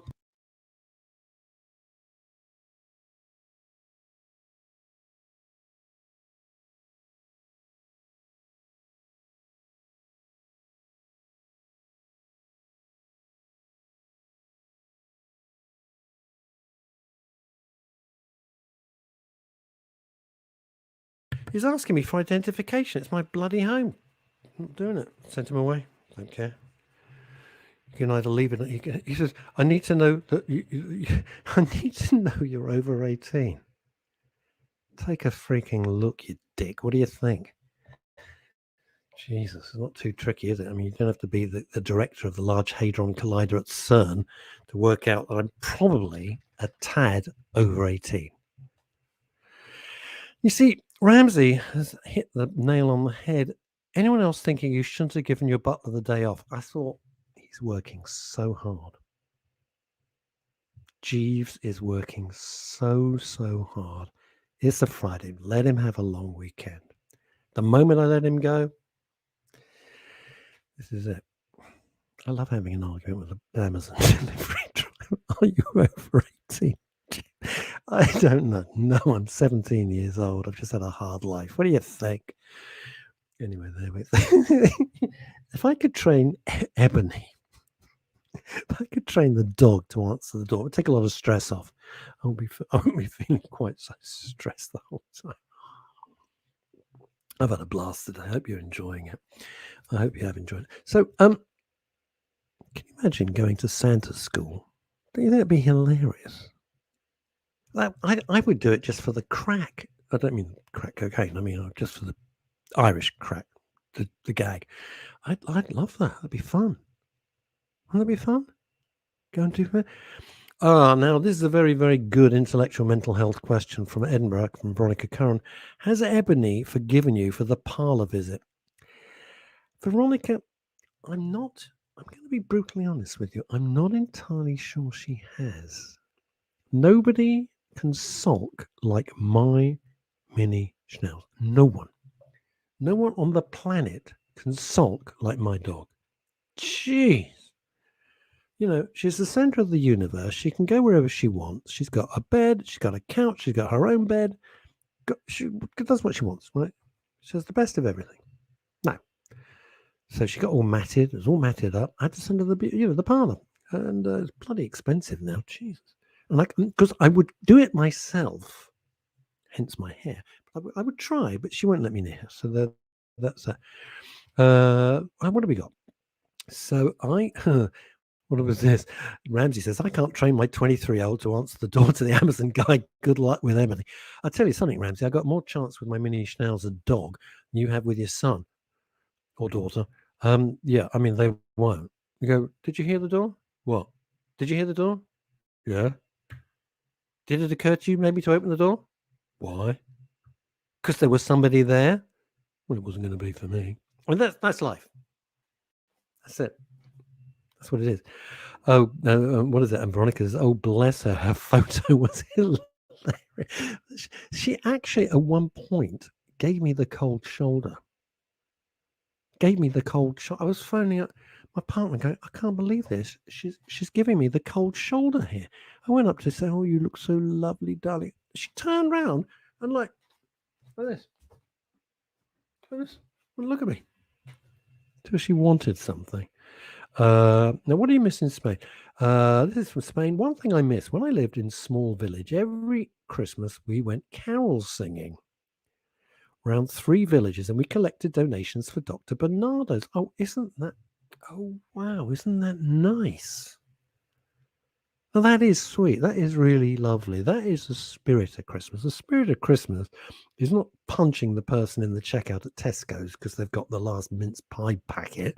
The spirit of Christmas is trying to give and just be kind to other people and kind to yourself. So she lived in a small village. Every Christmas she went carol singing around 3 villages. That's so sweet. I don't know if it's safe now. And she misses that. And Ramsey says, I wish I had a daughter. They love their dads. Oh, my God. I got 4 kids, right? I got 3 sons and a daughter. Chalk and cheese. Chalk and cheese. I love all my kids equally. I love, if it's on radio, you think I'm saying that. But a daughter, oh, man, she's the greatest. She's just fantastic. The boys are wonderful too, but it's nothing like the relationship you have with your daughter. I don't know, something just great about it. They're terrific. There we are. Right, time for the next guest. Yeah, we have 2 more guests. Oh yeah, I don't know where the time's gone. Actually, I've had a hell of a lot of fun today. Chrissy, I'm just getting over that thing of the little village and going carol singing. I think that's really, really lovely. Anyway, time to bring on. You know what I did? I thought it was Jason King from Department S, but it's not Peter Wingard. It is Peter Wingrove. Hello, Peter. Hi, Russ. Thank you for having me. I'm well, thank you. How are you? I'm all right. Phil's not here to join you with the South African accent, which I can't do, and I'm not going to embarrass you. But there we are. I'm all things considered, considering my emails have been hacked and I haven't had emails for a week. Oh dear. I'm pretty good. Not too shabby. I think I'd have my mental health quite affected if my emails were hacked. I'll tell you that. Well, do you know what? The reason I mention it is because it has affected me. It has affected me because I'm running the businesses and getting the guests and doing all of that sort of stuff via email. And what happens? You know, some idiots hacked it, and I don't know what they get at. I don't know what the hell they get out of it. And no one seems to be able to fix it. There's nothing I can do. So there you go. Right. What's the news from you? By the way, Jules Silverman just says this. She says, I love my dad. It's his birthday today. Well, happy birthday to your father, Jules, and wishing well from all the team at Men's Radio Station. Right. Peter Wingrove, what's going on? What's happening? I just heard the back end of the previous segment, Russ, and I have to tell you, my daughter is now 3 months old. And she's absolutely precious. I totally agree with you.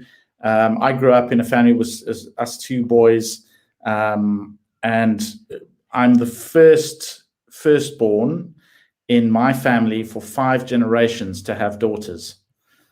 So I just feel extremely blessed. She's the apple of my eye. My wife says I shouldn't spoil her, but that's going to be so difficult. Spoil her. Don't ignore Mrs. Wingrove. Ignore her. She doesn't know what she's talking about. Yeah, absolutely. Look, I've met you now. She's punching way above her weight. Let's be honest about it. So they do.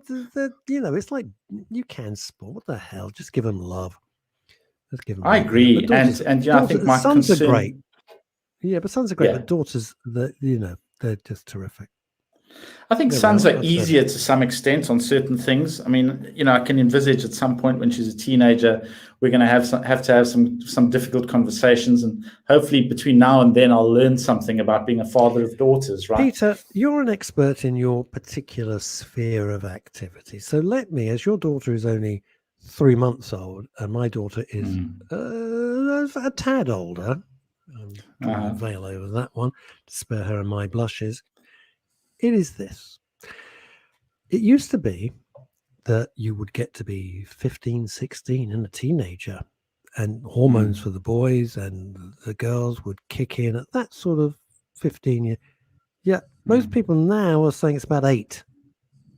Good grief. It's about 8. It's just dropped.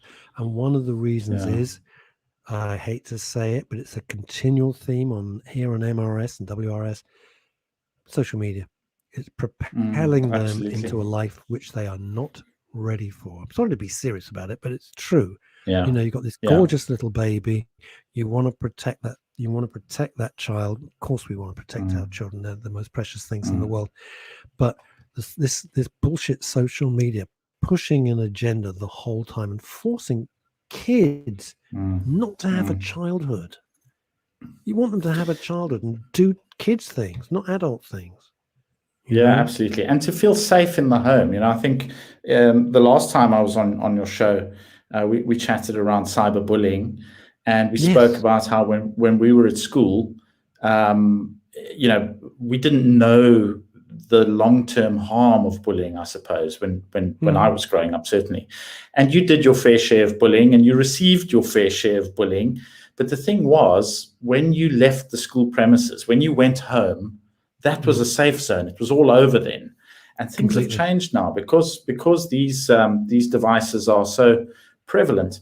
I mean, I was on the underground the other day, and I was sitting right at the end of the cab, and I was looking down the cab to see how many people were busy on their mobile phones. Well, I would say about between 95 and 99% of people were on their mobile phones, either watching something, reading something, or listening to music, myself included. So these things have become so prevalent, and I think therein lies the difficulty for parents, right? I'll take my case now. We've said to the family, we're not sharing pictures of our daughter on WhatsApp or on anything. I don't know if people are aware. Very sensible. Yeah. Very sensible. WhatsApp's in the process of changing its privacy policy. And I'm sure they'll review it again and whatever. But the point is, once those images are out there, it's almost impossible to eliminate them. I had a case where there was an image. Let me stop you, Peter. Yeah. It's not almost. It's impossible. That's it. It's out there forever. Done. Yeah. And, you know, my wife and I felt it would be wrong of us to decide for her to make her baby pictures available to the world. I mean, once they're out there, we've got no control over who reshares them to other people and posts them to their little Facebook page or whatever. Yeah. And the downside, of course, to that is, are we engaging her enough with her family who are all over the world? Because the downside is they don't get to see her, and therefore, how do they engage with her? Now, I found a solution. There's an app called Flickr, which goes way back, I think, to the early 2000s. Yes, a very old app. Yep. Yeah, a very old app. So Flickr, Flickr. Yeah, they've taken the E out. Yeah. So they forgot to put it in. Oh well, it could be. It's not an English app, I believe. We'll just leave that. Yeah, we'll leave that there. They obviously provide, and I'm not yet to plug Flickr, but it's a really good app if you want to share photos that are copyright protected. So it prevents people from downloading the photos, and they're obviously overtly marked as copyright, in the details of the photo. So photographers are using this app to show their work and to get work and that sort of thing, but without losing their copyrighted material. So I thought it's a really nice way of... I have to tell you, at this moment in Spain, I guarantee I would bet £1,000 Michael Verby is laughing because his father was a very well-known portrait. It was called Malcolm Portraits. His dad was a photographer. Right. And people, he would have proof written all over it. So if it was a wedding or an engagement or you couldn't see anything. You would have proof. And then you'd have people who were so bloody mean. They'd say, oh, Malcolm, can we have the proofs? And then they'd put the bloody proofs into this album. It was all pre-internet and pre-computers. Yeah. And they'd put it into an album and they'd say, look at our lovely wedding. It's got proof written all over. I thought you mean written all over it. All over. Yeah, I mean, it was hilarious. in a previous life, I worked for a Japanese photo finishing company called Noritsu here in the UK. And so I met a lot of photographers, and this has been a perennial problem: is how do you protect your work but show it in order for people to hire you to do a job? It's always been a problem. But just coming back to the social media thing, so that's the only way that we have found to share images of how our daughter is growing and developing and that sort of thing with the rest of the family. It's still limiting because you have to keep sharing this link for them to go and see the album, et cetera, et cetera. So for some people, it might just be too much hassle. For older family members, it might be too difficult, to get to the app and all that sort of thing. But I think that the safety that provides her in growing up, and when she's older, she can make her own decisions. But then that comes with additional complexity. Very good friends of ours have got a young man who's developed beautifully. He's really well-mannered youngster. He's 13 now. All his friends have mobile phones, including him. He also has a mobile phone. But his parents say from 8 o'clock at night, no more mobile phone. So it's turned off on the router or on somehow. Excellent. But the downside of that is he feels he's being hard done by. He thinks his parents are overly strict. So tough. Where does one draw the line? I personally feel it's a good approach, but you have to have this conversation with your child, especially as they get older. I think if you explain to them and show them some of the dangers and the damage that social media can do, and make them aware of what bullying is and how not to conduct yourself on social media. Because let's face it, Russ, there's a lot about social media that could be very positive. It's unfortunate that some people and some organizations, Cambridge Analytica, et cetera, use social media to forward, to promote their agendas. It's a huge poison chalice. And the good is good. And I've made some lovely friends and had some wonderful, funny, charming moments or touching moments. And the bad is abominable. Absolutely atrocious and dangerous and should be outlawed. And they can't do it. They can't do it. See, I wasn't wrong. This is Michael Verby from Spain. I only ever got proofs of my... His father must have taken the pictures. He was a professional photographer. Michael, that is hilarious. That is absolutely hilarious. And then Jules is saying this. Different people are different. Absolutely. It makes a difference of your relationship too. Unfortunately, my daughter wants to have a great relationship with her father, but doesn't. Kids always love their parents, though. Well, we'd hope so. That would be the nice thing. Now, what have we got? This is good. This might help you as your daughter grows up. From Veronica. There is an app that you monitor everything via your device that is going on in your child's device. Ooh, Veronica, we need detail. We need details and we need them ASAP. That is very important. And that would be great. It's snooping, but it's snooping, Peter. Yeah. But you've got to protect the kids. They're very, very, very But where does vulnerable. one draw that line, Russ? I think that's the difficulty. I grew up, and admittedly, not during the social media or mobile phone age. I grew up with my father setting parameters, and the relationship was based on trust. So when I was younger and didn't understand anything, there were rules. But as I got older, the rules were discussed with me because they were there to, protect me and keep me safe. And if I didn't violate my parents' trust, those rules, could be expanded. Those parameters could be expanded and such. I genuinely believe that children do need parameters. I want my child to develop and be free to try anything except harmful things, but to try anything, try gymnastics and sports and, piano or whatever she wants to try, and stick with the things that she likes, that she's good at. But all of that has to occur within a bubble. And as she gets older, hopefully that bubble becomes bigger, right? Mm-hmm. And that bubble works on trust. I don't want to have to snoop on her mobile phone. I want her to understand why we're putting rules in place and of her own accord, not partake in certain things that are available on social media. It's a very difficult equation to get right, a delicate balance. But the most important thing, and it all comes back to, you know, every counselor, psychiatrist, psychoanalyst that we've had on the show, every expert says that this bullying on social media is beyond harmful.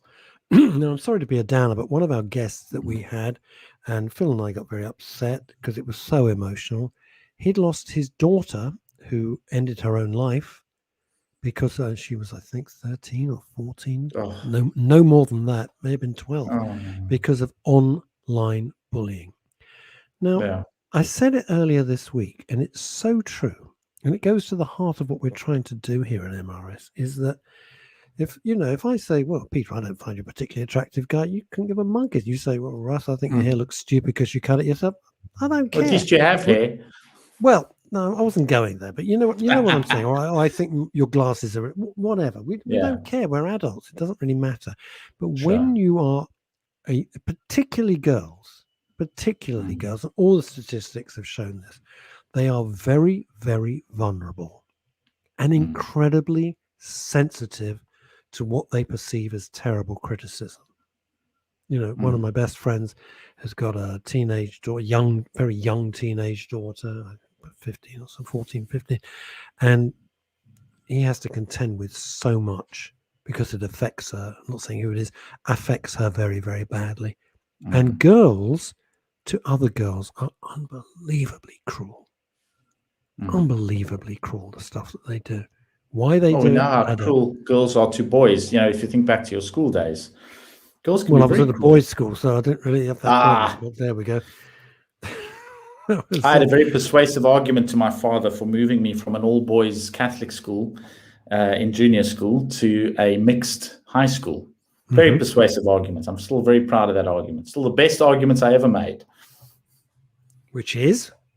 Well, I just said I think it's unnatural. Can't leave us hanging. I just said to my dad, I said to my dad, I think it's not wise for me to move from an all-boys school and growing up, and as I'm developing, I'm going to end up in the world one day and have to work and interact with women. And if I don't know anything about them, that could be extremely harmful to me. So I suggest right now, while I'm a child, would be the healthiest opportunity for me to learn about women and to respect women, etc. Plus, I didn't have any sisters, so... You silver-tongued devil. How the hell did you come up with that BS? It's brilliant. Yeah, it was absolutely brilliant. As BS goes, that is brilliant. Of course, it was just all hormones at the time. But I think it was Why not? Yeah. But it was a very healthy experience because I learned things about women that I didn't know. I didn't have sisters. I had cousins, sure, but I didn't see them enough to be able to really learn about how women think and how they behave. But what I did see in high school, obviously, was how mean youngsters can be. You know, boys are a bit different. I don't know about schools these days, but in my days, you'd sort each other out on the not in the playground where the prefects could see you, but you'd be behind the bike shed or somewhere and beat the living daylights out of each other, and then whoever's still standing afterwards is the winner, and that's it. You move on. Issue over. And the interesting thing with it, I know people of a modern era going, that's disgusting, it's barbaric, it's brutal. But the interesting thing is I was at boarding school, sent away at the age of 9. So, if there was ever going to be bullying, it was going to be in that hot bed. But, I survived. It was fine. It was sink or swim. And I decided I would not just swim, but I would succeed at swimming. So, but the interesting thing is if you did have a punch up, which happened, that was the end of it. It didn't go on. It was forgotten. That was it. Yeah, you'd probably be bleeding. I remember a big big punch up. And, then it's forgotten.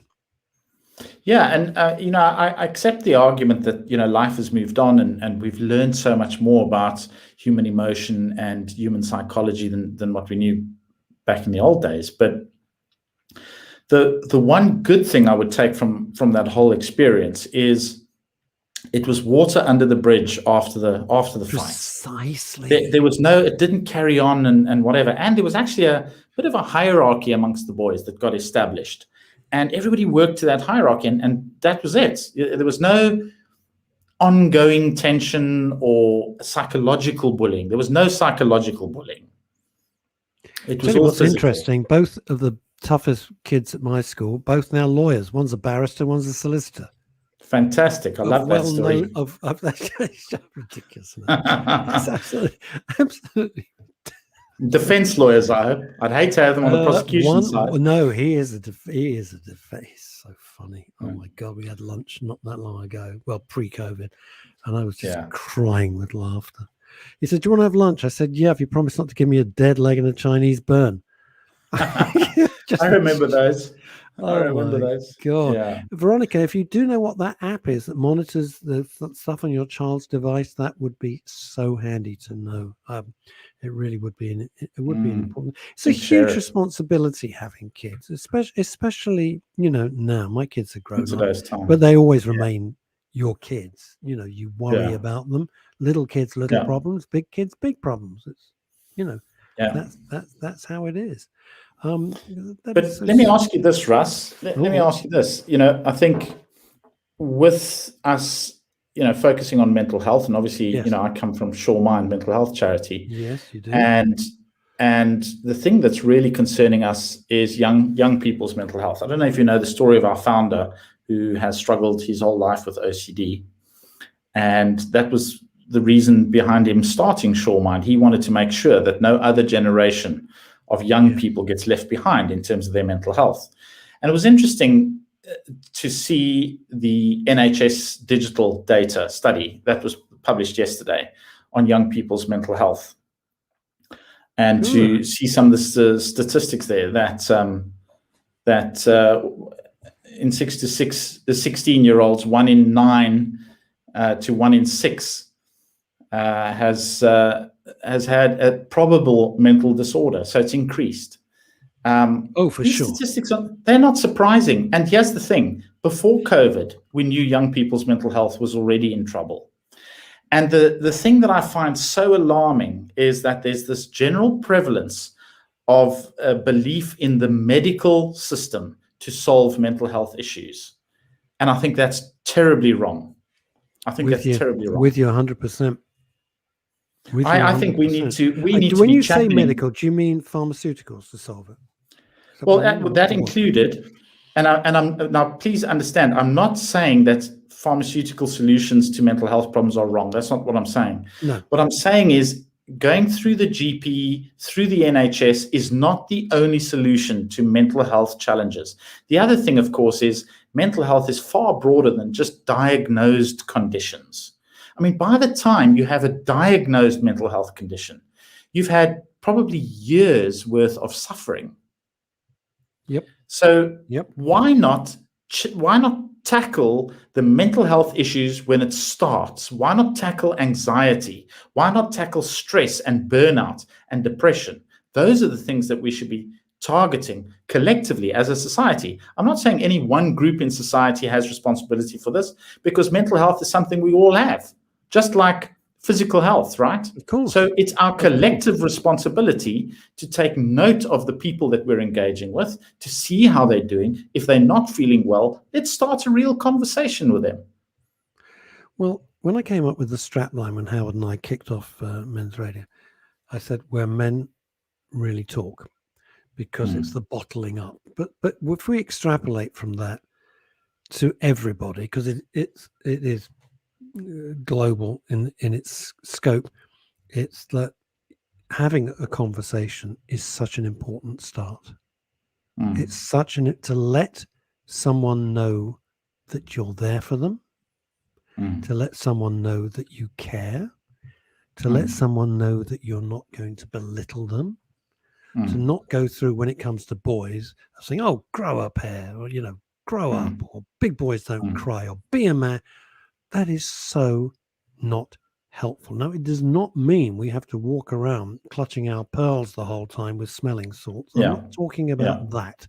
I'm not talking about creating a society which, if you look someone slightly askance, oh my God, my life's ruined. I've got PTSD now because somebody looks at me on the train and I didn't like the way they, this is just rubbish, and it doesn't help the narrative. It doesn't help it at all. Well, it actually, I believe it's harmful. So I think you and I had a discussion the first time we met, Russ, about snowflakery. And I believe snowflakery has no place in the discussion around mental health. It's not the same thing. You see, it's not the same thing. And we have to clarify that. Yes, Peter, this is where it gets very confusing. And I think the boundaries get deliberately blurred by people pushing a certain agenda. Snowflakery, and people say, you can't say that. There's real mental health, and then there's just using it as an excuse in some cases. But we need to broaden the conversation. But the most important thing is to engage. To engage and let that person know as soon as possible. And you're so right. Don't let it get to a crisis stage, because then you've got a hell of a problem on your hands. It's not insolvable, but it's really difficult. Let the person and it may know, require medication. Okay? Yeah. Ask, are you okay? It's not a hard thing to do. Show that you care, because, and with a sure mind, tell me this. Your research and all your work, it shows that when people get into a depressive state, they think they're on their own. Well, I think that's human nature, because we all, and probably socialized this way from small, to put our best foot forward, right? And it starts when you're a kid. You get dressed to go out, to go and see someone, the doctor, whoever, the priest, whoever. And so it's inculcated in us from a young age that you've got to look your best, you've got to speak your best, you've got to do your best. You've always got to be your best. But when you're feeling low, you're not your best, and you're not your best because you feel it inside you. Yes. And then it becomes a huge challenge and for some people, to even get up in the morning. Sure, to just get out of bed. To get out of bed. It's a very real thing. People think it's just a myth. It's not. It's not a myth. No, it's absolutely real. I've had a period in my life where I went through a really serious depression. And you lose all sense of your self-worth. You lose your reason to get up in the morning. Because genuinely, your brain is rationalizing to yourself, why am I getting up? Why do I bother? What's the point? What is the point of me? And then it extends. It extends even further, doesn't it? It goes into things like, well, why should I comb my hair? Why should I wash? Why should I bother? I just lie here and just hopefully I won't wake up. And that's a terrible place to get into. And here's the thing: the start of your mental health recovery, right, starts with you admitting that you need help. Yes. And that is the most difficult step to take. There's And the other thing is, there's a thing called signposting, which at the moment my other half is heavily into with her work. But you think, right, I got a real problem here. Things aren't right. And finally you come to terms, you think, I need help. And the next question you say, well, where do I get that help?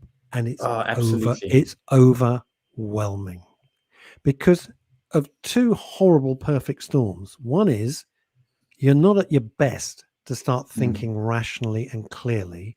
And two, it's very confusing. You don't know where to go. Should I phone my GP? Well, he won't bother to see me.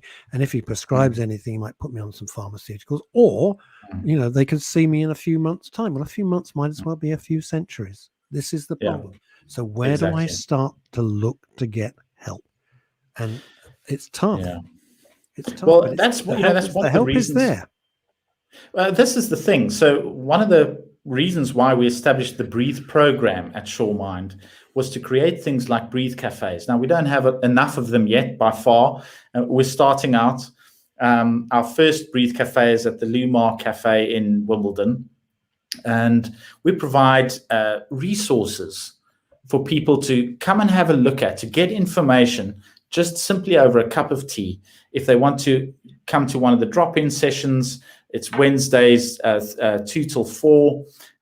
They come in and have a chat with somebody who's a trained coach, who's trained in safeguarding, who's trained in mental health, somebody to just have a conversation with.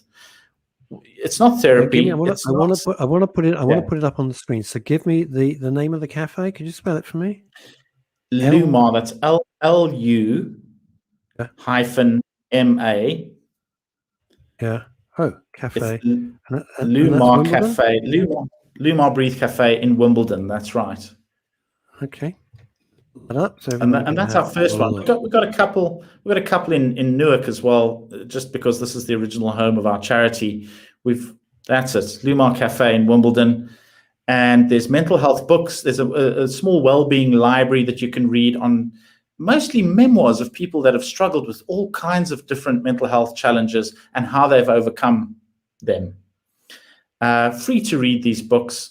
There's little cards on the tables. You can click on the QR code or go to the website, and you can learn more about the Breathe Cafes. If you're a counselor or a therapist or a coach and you've got time on your hands, please do come and volunteer with us, because we need people to just simply be there to listen to other people, to just have a conversation, a normal conversation.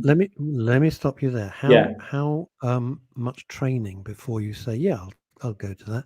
How much training does a person need to do? First? I mean, do they have to have accreditations? No, not at all. So to be very clear, Russ, this is not therapy. And these people are not going to give you anything that supersedes a mental health professional's advice. So if you are really in a desperate situation, the best thing to do is go through your GP to try and get formal help. If you're on a waiting list, then you could try Hub of Hope. Hub of Hope. And the nice thing about Hub of Hope, yes. What is that when it's at home? So Hub of Hope is a very useful website. It's let me just see here, hubofhope.co.uk. So it's Hub of Hope, all one word. I got it. Okay. All right. And what I like about this website is you just enter your postcode where you are, and it shows you all the resources, the mental health resources that are available in that area, in that postcode. Really? Yeah. It's really good. It's really good. Never heard of that. hubofhope.co.uk. Yeah. That is fantastic.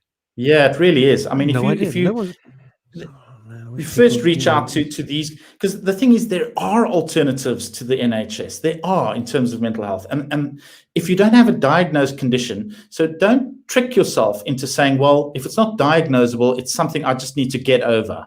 It doesn't always work like that, because you're dealing with... This is you know, you got to be tough.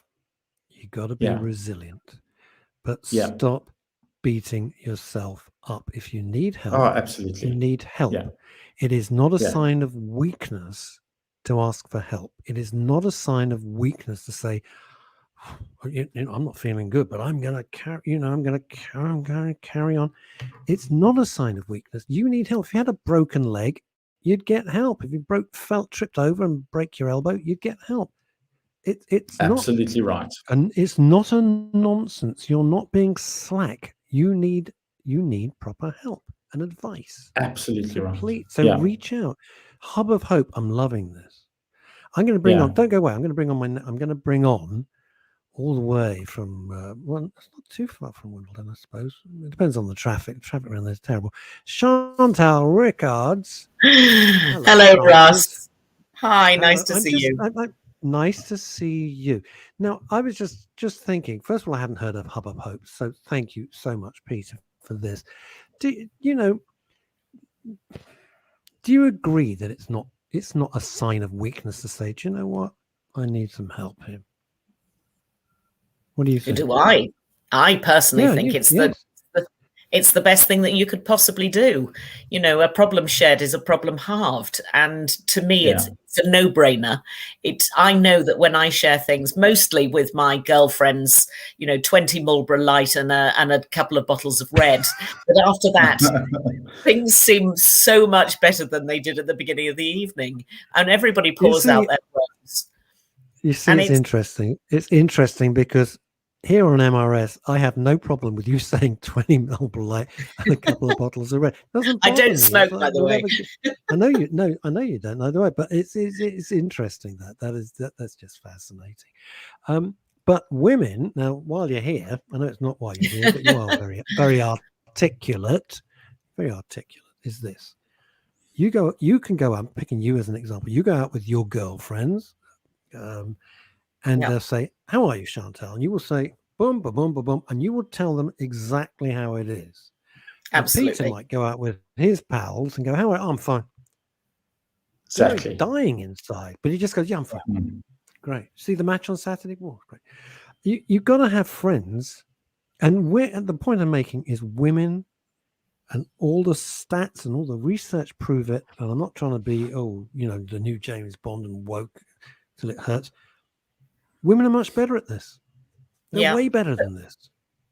But guys can talk to girls, and that isn't a sign of weakness either. If you actually think that the girlfriends in your life are going to be more receptive and more helpful, then chat to them about stuff. Girls love getting to the nitty gritty and trying to solve problems. That's what girls do. That's we think why we're here really, is to make things better. So not that guys don't, but guys just think about the world in a completely different way. So, I mean, maybe just asking your girlfriends occasionally, but also you guys should ask each other to be honest with each other. But you see, when I go out with my pals every Saturday, my two pals for our secret cigar trio, where we meet every Saturday, have a cigar and coffee, and that's what we talk. People really think, I don't know what we talk about football. We never do that. Or cars, we never do that. We talk about genuinely how we're doing, how we're feeling. It's not a therapy group. It's just that it's a natural conversation, which could go anywhere from comedy to movies to whatever. And then if somebody says, well, this is what's happening in my life, we'll talk about it. We won't dismiss it. Yeah. We won't brush it under the carpet and say, that's boring. Let's move on. No, but that's why you're really good at this stuff, and a lot of people aren't. It's just finding that little posse of friends that you can be totally honest with and share stuff with. And actually, it's so nice when you find that group of people that you can be 100% honest with. Absolutely agree. It could be rare though, but what happens if you've grown up in a household where emotional literacy wasn't very strong? Yeah. Your parents grew up in a very strict, stiff upper lip kind of environment, so they had no way of inculcating in your upbringing any kind of emotional depth. And now you've got children, and so on and so on. I think we need to get into some of the roots of why people have mental health challenges, right? And if you look at some of the surveys that have been done on employees in organizations, the top, or one of the top three mental health challenges is around stress relating to personal financial circumstances.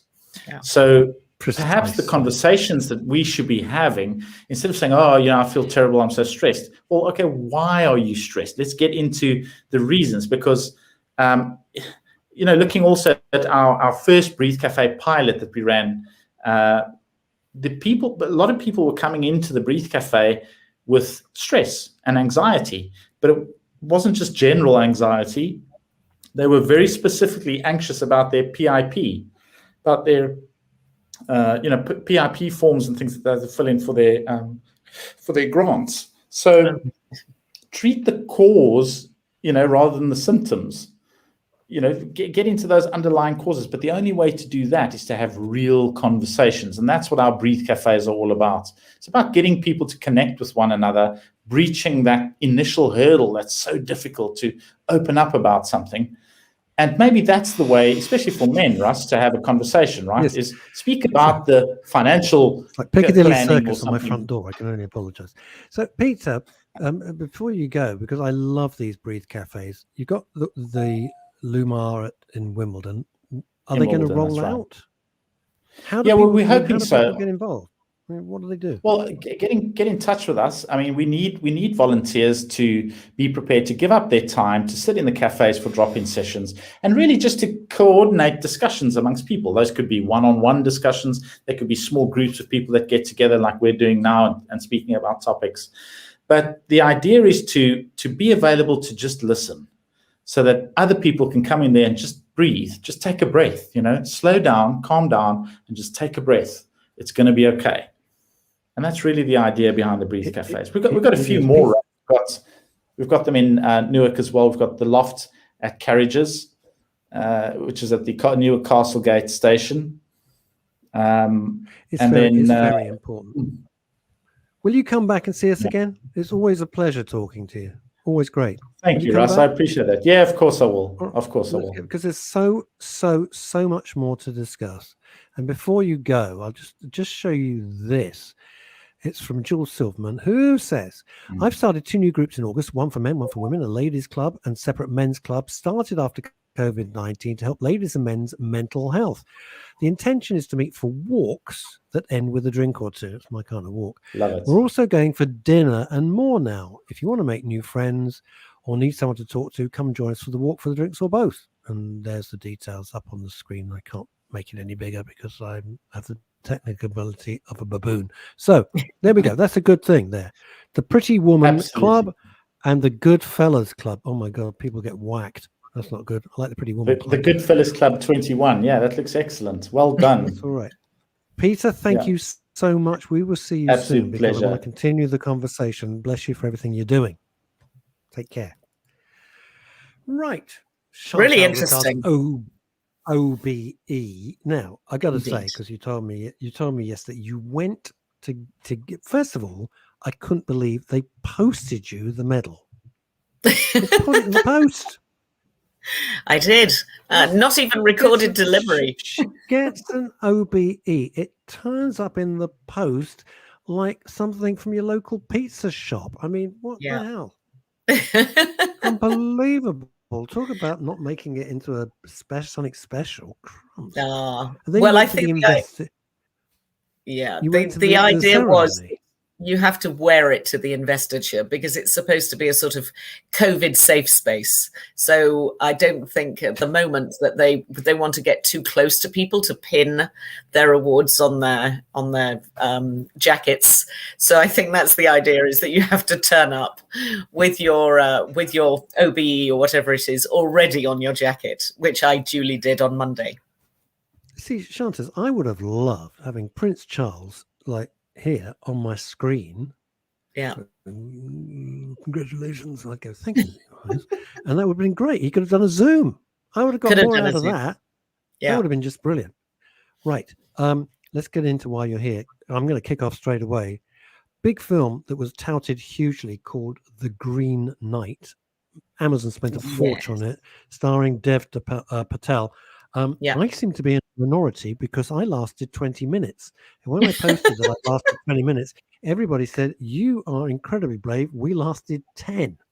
Oh, dear. It was the most boring load of pretentious old nonsense. I mean, it's got all, they've spent a fortune on it. Dull as ditchwater. I actually decided, I am not making this up, that doing the washing up would be more entertaining. I just left the room and did the washing up. It was more entertaining. I'm really sorry about that. I haven't seen him, but he is a wonderful actor, Dev Patel. He's a great actor. Brilliant actor. He's a great actor. Yeah, and I'm not knocking him. I'm knocking the pace and the script and oh my God. You wanted to kick it up the arse several times.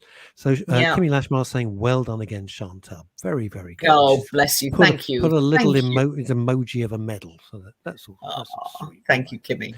Right. What has taken your fancy this week? Okay, so after we had our little tete-a-tete in the West End of London yesterday. We did. We actually met in person. We did. We met in person. In person. Saw each other for real. Yep. But I don't think we had a hug, and I don't think we shook hands. We did not have a hug. We don't. No, I don't. I'm going to be absolutely honest. And people are very good about it. I don't shake anyone's hand anymore. Yep. I don't hug anymore. I do that or a fist bump, and that's it. And people get it. If they don't like it, sorry, but that's what I'm doing. But that was fine. That was fine. Yeah, but it was lovely to see you. So on the way back, there was only one thing I could do, and that was to go and see the new James Bond film. Which, of course, everybody is talking about, and a few of us got to see on the day it came out. So I was lucky to see it yesterday, all 2 hours and 43 minutes of it. Oh, my God. It's called No Time to Die. You are probably in a cave somewhere if you haven't heard about the fact that this is the last ever Daniel Craig James Bond movie. Yeah. And we've been waiting 2 years for it. It was very odd to see all the fabulous cars, the Range Rovers and goodness knows what, all with 2019 number plates. Of course. They started production on this in 2016. Yeah. So if it had come out in 2019, the number plates would have been bang on. But of course, that wasn't to be. But I'm sure that the cars still look fabulous. Daniel Craig looked fabulous. It's just something you have to see. It's just a piece of the film furniture of life. Where would we be without James Bond? I'm sure we've all got our favorites. Actually, Daniel Craig was never really my favorite, to be honest. But when I grew up, the person who represented James Bond was either Sean Connery or was Roger Moore. Yep. So those two were my favorites. The ones that came after that were less appealing to me. And I was never a major fan of the Daniel Craig films because they were more serious. I felt that they mirrored quite a lot of other movies. I didn't find that there was a point of difference. The comedy was dialed down. The wit was dialed down. They became quite different films. Yes. But actually, I have to say that the No Time to Die, all 2 hours and 43 minutes yesterday, was triumphant. It's got its faults. Probably number one is it's too long. But if you're going to make $250 million, then I suppose you want your money's worth.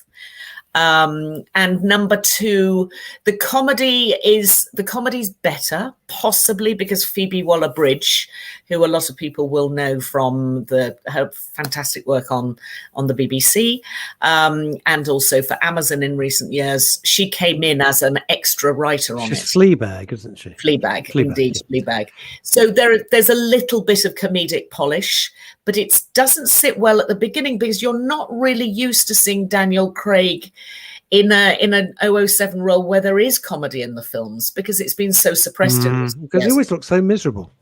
He always looks pissed off and miserable. And you think, wait a minute, you have the most beautiful women in the world, you've got fabulous cars, and you're a secret agent and you can shoot people. Cheer up. I know, but this time he actually looks as though he's enjoying himself.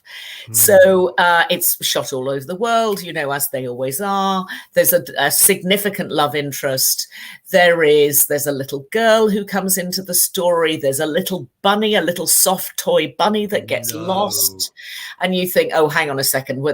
These tropes that you see in so many of these films, like Con Air. I don't know if you remember in Con Air. Love Con Air. The bunny gets lost.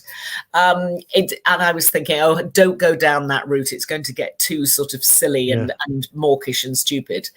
But actually, all the pieces are in place. There's a Q, there's an M. There are all the faces that we've come to love since 2006 when the cast significantly changed to put in Ralph Fiennes and, all the other Naomi Watts. Great people who we've come to love. So it was sad at the end. I felt sad. I felt sad to be saying goodbye to a character I really liked. I felt sad to see it go out. There are real moments of pathos in the film, and that's undeniable. I mean, even the lead actress Léa Seydoux said that after she watched it, that when she'd seen the whole film as a cohesive unit, that she cried, which is sort of interesting. And she said, I shouldn't have cried, I was in it, but she cried. So it is emotional. It's very well shot. The car sequences are fantastic. The crash bang wallops are bigger and better than they've ever been before. Spent 7 weeks on, obviously being a petrol head, they spent 7 weeks, the stunt coordinator, I watched a video, in fact, last night, to do a sequence that was probably about 4 minutes. They spent 7 weeks in Italy. The Italian car sequence apparently was a 7-week shoot. Brilliant. That's right at the beginning of the film. Now, let me ask you what everyone's going on about, because this is typical kind of social media. You've seen the film. Yep. But most of the Herberts on social media have not seen the film. And immediately they go, oh, they brought in Fleabag. Oh, it's going to be woke. It's going to be this, going to be that. So already you've got a sense of dread. But you've seen the film and you haven't mentioned woke once. No, it's not woke. I mean, I mean, I think if I can use the word, the shaggability count used to be fairly high in a James Bond movie. Well, that's why we went to see it. That was fabulous women, fabulous cars, and every bloke wanted to be James Bond. Of course they did. There isn't that much bonking, and the bonking is sort of centralized around one female character, so it doesn't feel gratuitous in that James Bond would get through a truckload of women into us. Well, yeah. But that doesn't worry me so much. Chantal, I always wanted the watch that would undo Mandy Smith's. It was Mandy Smith. You know, her dress. I thought that was the coolest thing with Roger Moore. I thought, how great is that? I don't care if it doesn't even keep accurate time. Absolutely. Right. Ramsey says, what did you think of Anna de? Oh, I don't know how to pronounce this. Anna de Armas. Have I got that right? Is she a star of the future? Yes, there are some very good new young women who we've never seen before. I think what Barbara Broccoli does is she tends to find people that really aren't known at all, because she doesn't want them bringing a whole load of their backstory with them. Oh, okay. So actually, I'm kind of hopeful that she might just, you know. So no, that two new young actresses, both exceptionally good, and watch out for them. And untraditional looks or non-traditional looks, and feel as though they're a breath of fresh air. So it doesn't feel particularly woke. You don't think you're being hit over the head by a sort of sledgehammer with woke pounded into it. It feels authentic Bond. And I think that everybody should just go and see it, because it's part of the furniture. It's the only film I will go to the cinema to see. Totally. Yeah. In and fact, it did interesting. Got a message from one of the twins. Should we all go? He never does this. This is out of the blue. Yeah. Should we all go and see Bond? I went, yeah. Definitely. I'm going to try and get my two sons to go again with me, because I think it's definitely worth watching. And it's interesting. Other people have said it's like one of the first Bonds where you actually do want to watch it again. Yes. To get some of the nuances in it. That is very difficult, though. Very difficult, Chantal. I would have thought, you've produced so many programs, all of which have been monstrous hits, but very difficult, even though this started in 2016, but you could see which way the tide was running, whether you like it or whether you're not. So you couldn't have him as misogynistic and as interestingly fabulous as Sean Connery was, because that would just be like, what the hell's that? It's like a slim Harvey Weinstein rolling around with a gun in his shoulder holster. I mean, you want that. So, but you don't want to lose the key elements of what has made James Bond fabulous since 1962. Indeed. 60 or 62 or 61? I think it's 61, I would say at a guess, but I could be wrong. But actually, I mean, women and men will view the film differently. I mean, I particularly loved On Her Majesty's Secret Service, which a lot of people hated. Because I didn't. I thought it was good. Many people hated it. They didn't like George Lazenby. But actually, I rather loved the Diana Rigg role, where James Bond actually fell in love and he actually got married. And actually, what is interesting about this film, the one I saw yesterday, is that the theme music from On Her Majesty's Secret Service, the Louis Armstrong, the very famous All the Time in the World, starts playing at the beginning, and you think, hang on a second, there's something about this. They've done that on purpose, and indeed, that's what also ends the film. So I'm not going to give anything away, but it's. There's up now. It's interesting though that George Lazenby, who was Big Fry, he was the Big Fry guy. God, how do I remember? I can't remember what I did an hour ago, but I can tell you when I was a kid watching adverts. Christ. Yeah. Here's the thing. He got a terrible. Everyone said he was the way. He really. Well, first of all, he was ludicrously handsome. He was. I thought he was. I don't think he was anywhere near as bad as he was slated to be. I thought that film is pretty entertaining. Yeah, and actually, not a bad actor, was equally as good as many of the James Bond actors that we've had. I met him. He lives in Los Angeles. I met him a couple of times when I was out there. I liked him. He's still a very handsome man. You know, he was good in the role, but famously he didn't get on with Diana Rigg. They fell out very badly. No, it really didn't. She would have garlic before any kissing scene. She would. So things obviously weren't happy on that set, which was a pity. And he only lasted for that 1 year and didn't really have a great career after that, which you know, feels like a little tidbit. Here's a little tidbit you won't know. When I was a little boy, I was having dinner with my mum and dad up west, and at the very next table, the tables all close together, at the very next table was George Lazenby. Wow. So my mother, being my mother, who could embarrass a steel roof from 200 miles away, decided to just start talking to George. I'm like, my father's like, oh Christ, and I'm like going like a beetroot, and she won't shut up, just engaging him in chit chat. That's my George Lazenby story. No. Never forgotten. He was well, he's very affable. Women. Yeah, very affable man. Comes across, and not bitter. Presumably, you've met him. Not no. Well, I mean, I didn't get into that, but he didn't sort of, you know, he didn't come across as a man who had a chip on his shoulder in any way, shape, or form. He was disappointed. Charming. I would have thought, hello, I'm Chantal Rickards. I'm the CEO of BAFTA LA. Are you bitter? That would have been me. Probably that's why I wasn't the chairman of BAFTA. Now, a quick question for you. Yeah. Vigil. Yes. The ending. I'm not going to do a spoiler, but the ending. Come on. I know. Really? And we'd all invested 6 hours of our got bored in Vigil. The writers just get bored and think, oh, pub's nearly open. Let's wrap this up. Well, it did feel like the end hadn't been written by the same people as the rest of it. You're absolutely right. You picked up on what I picked up on, and I only watched the final episode this morning. And I just thought, threw it away. Wow, how weird. You know, it was, you really were invested. It was exciting. And then suddenly this was like the perils of Pauline from 1922. It's just bullshit.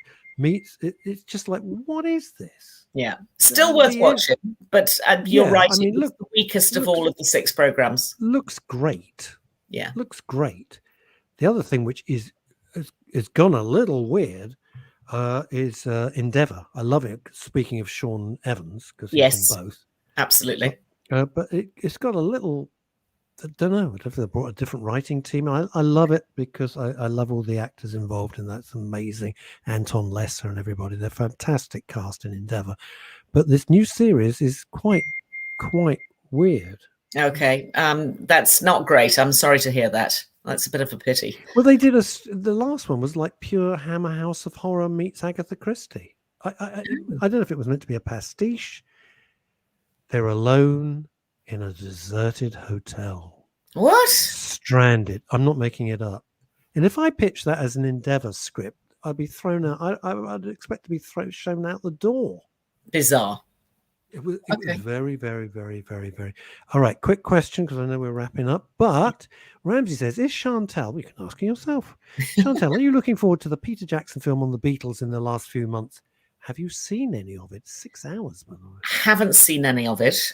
There was a very good documentary that came out maybe 4 years ago called A Hard Day's Night, which I absolutely loved. It's a terrific documentary about the Beatles, and if you haven't seen it, you should.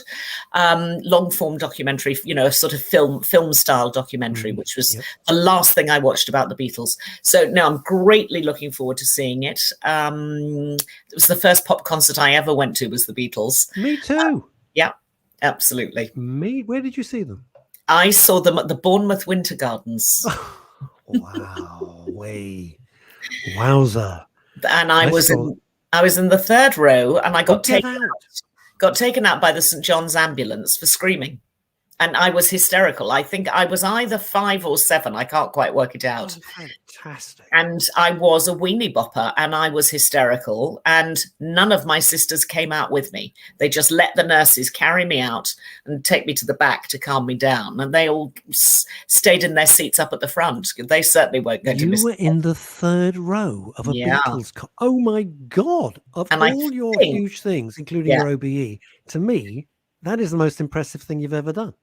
I think I was only 5. Yeah, no, I think I was 7. If you were 5 or 7, to me, everything else pales into insignificance. I went, my dad, as a surprise, took me to see the Beatles Christmas show in 19 God knows what.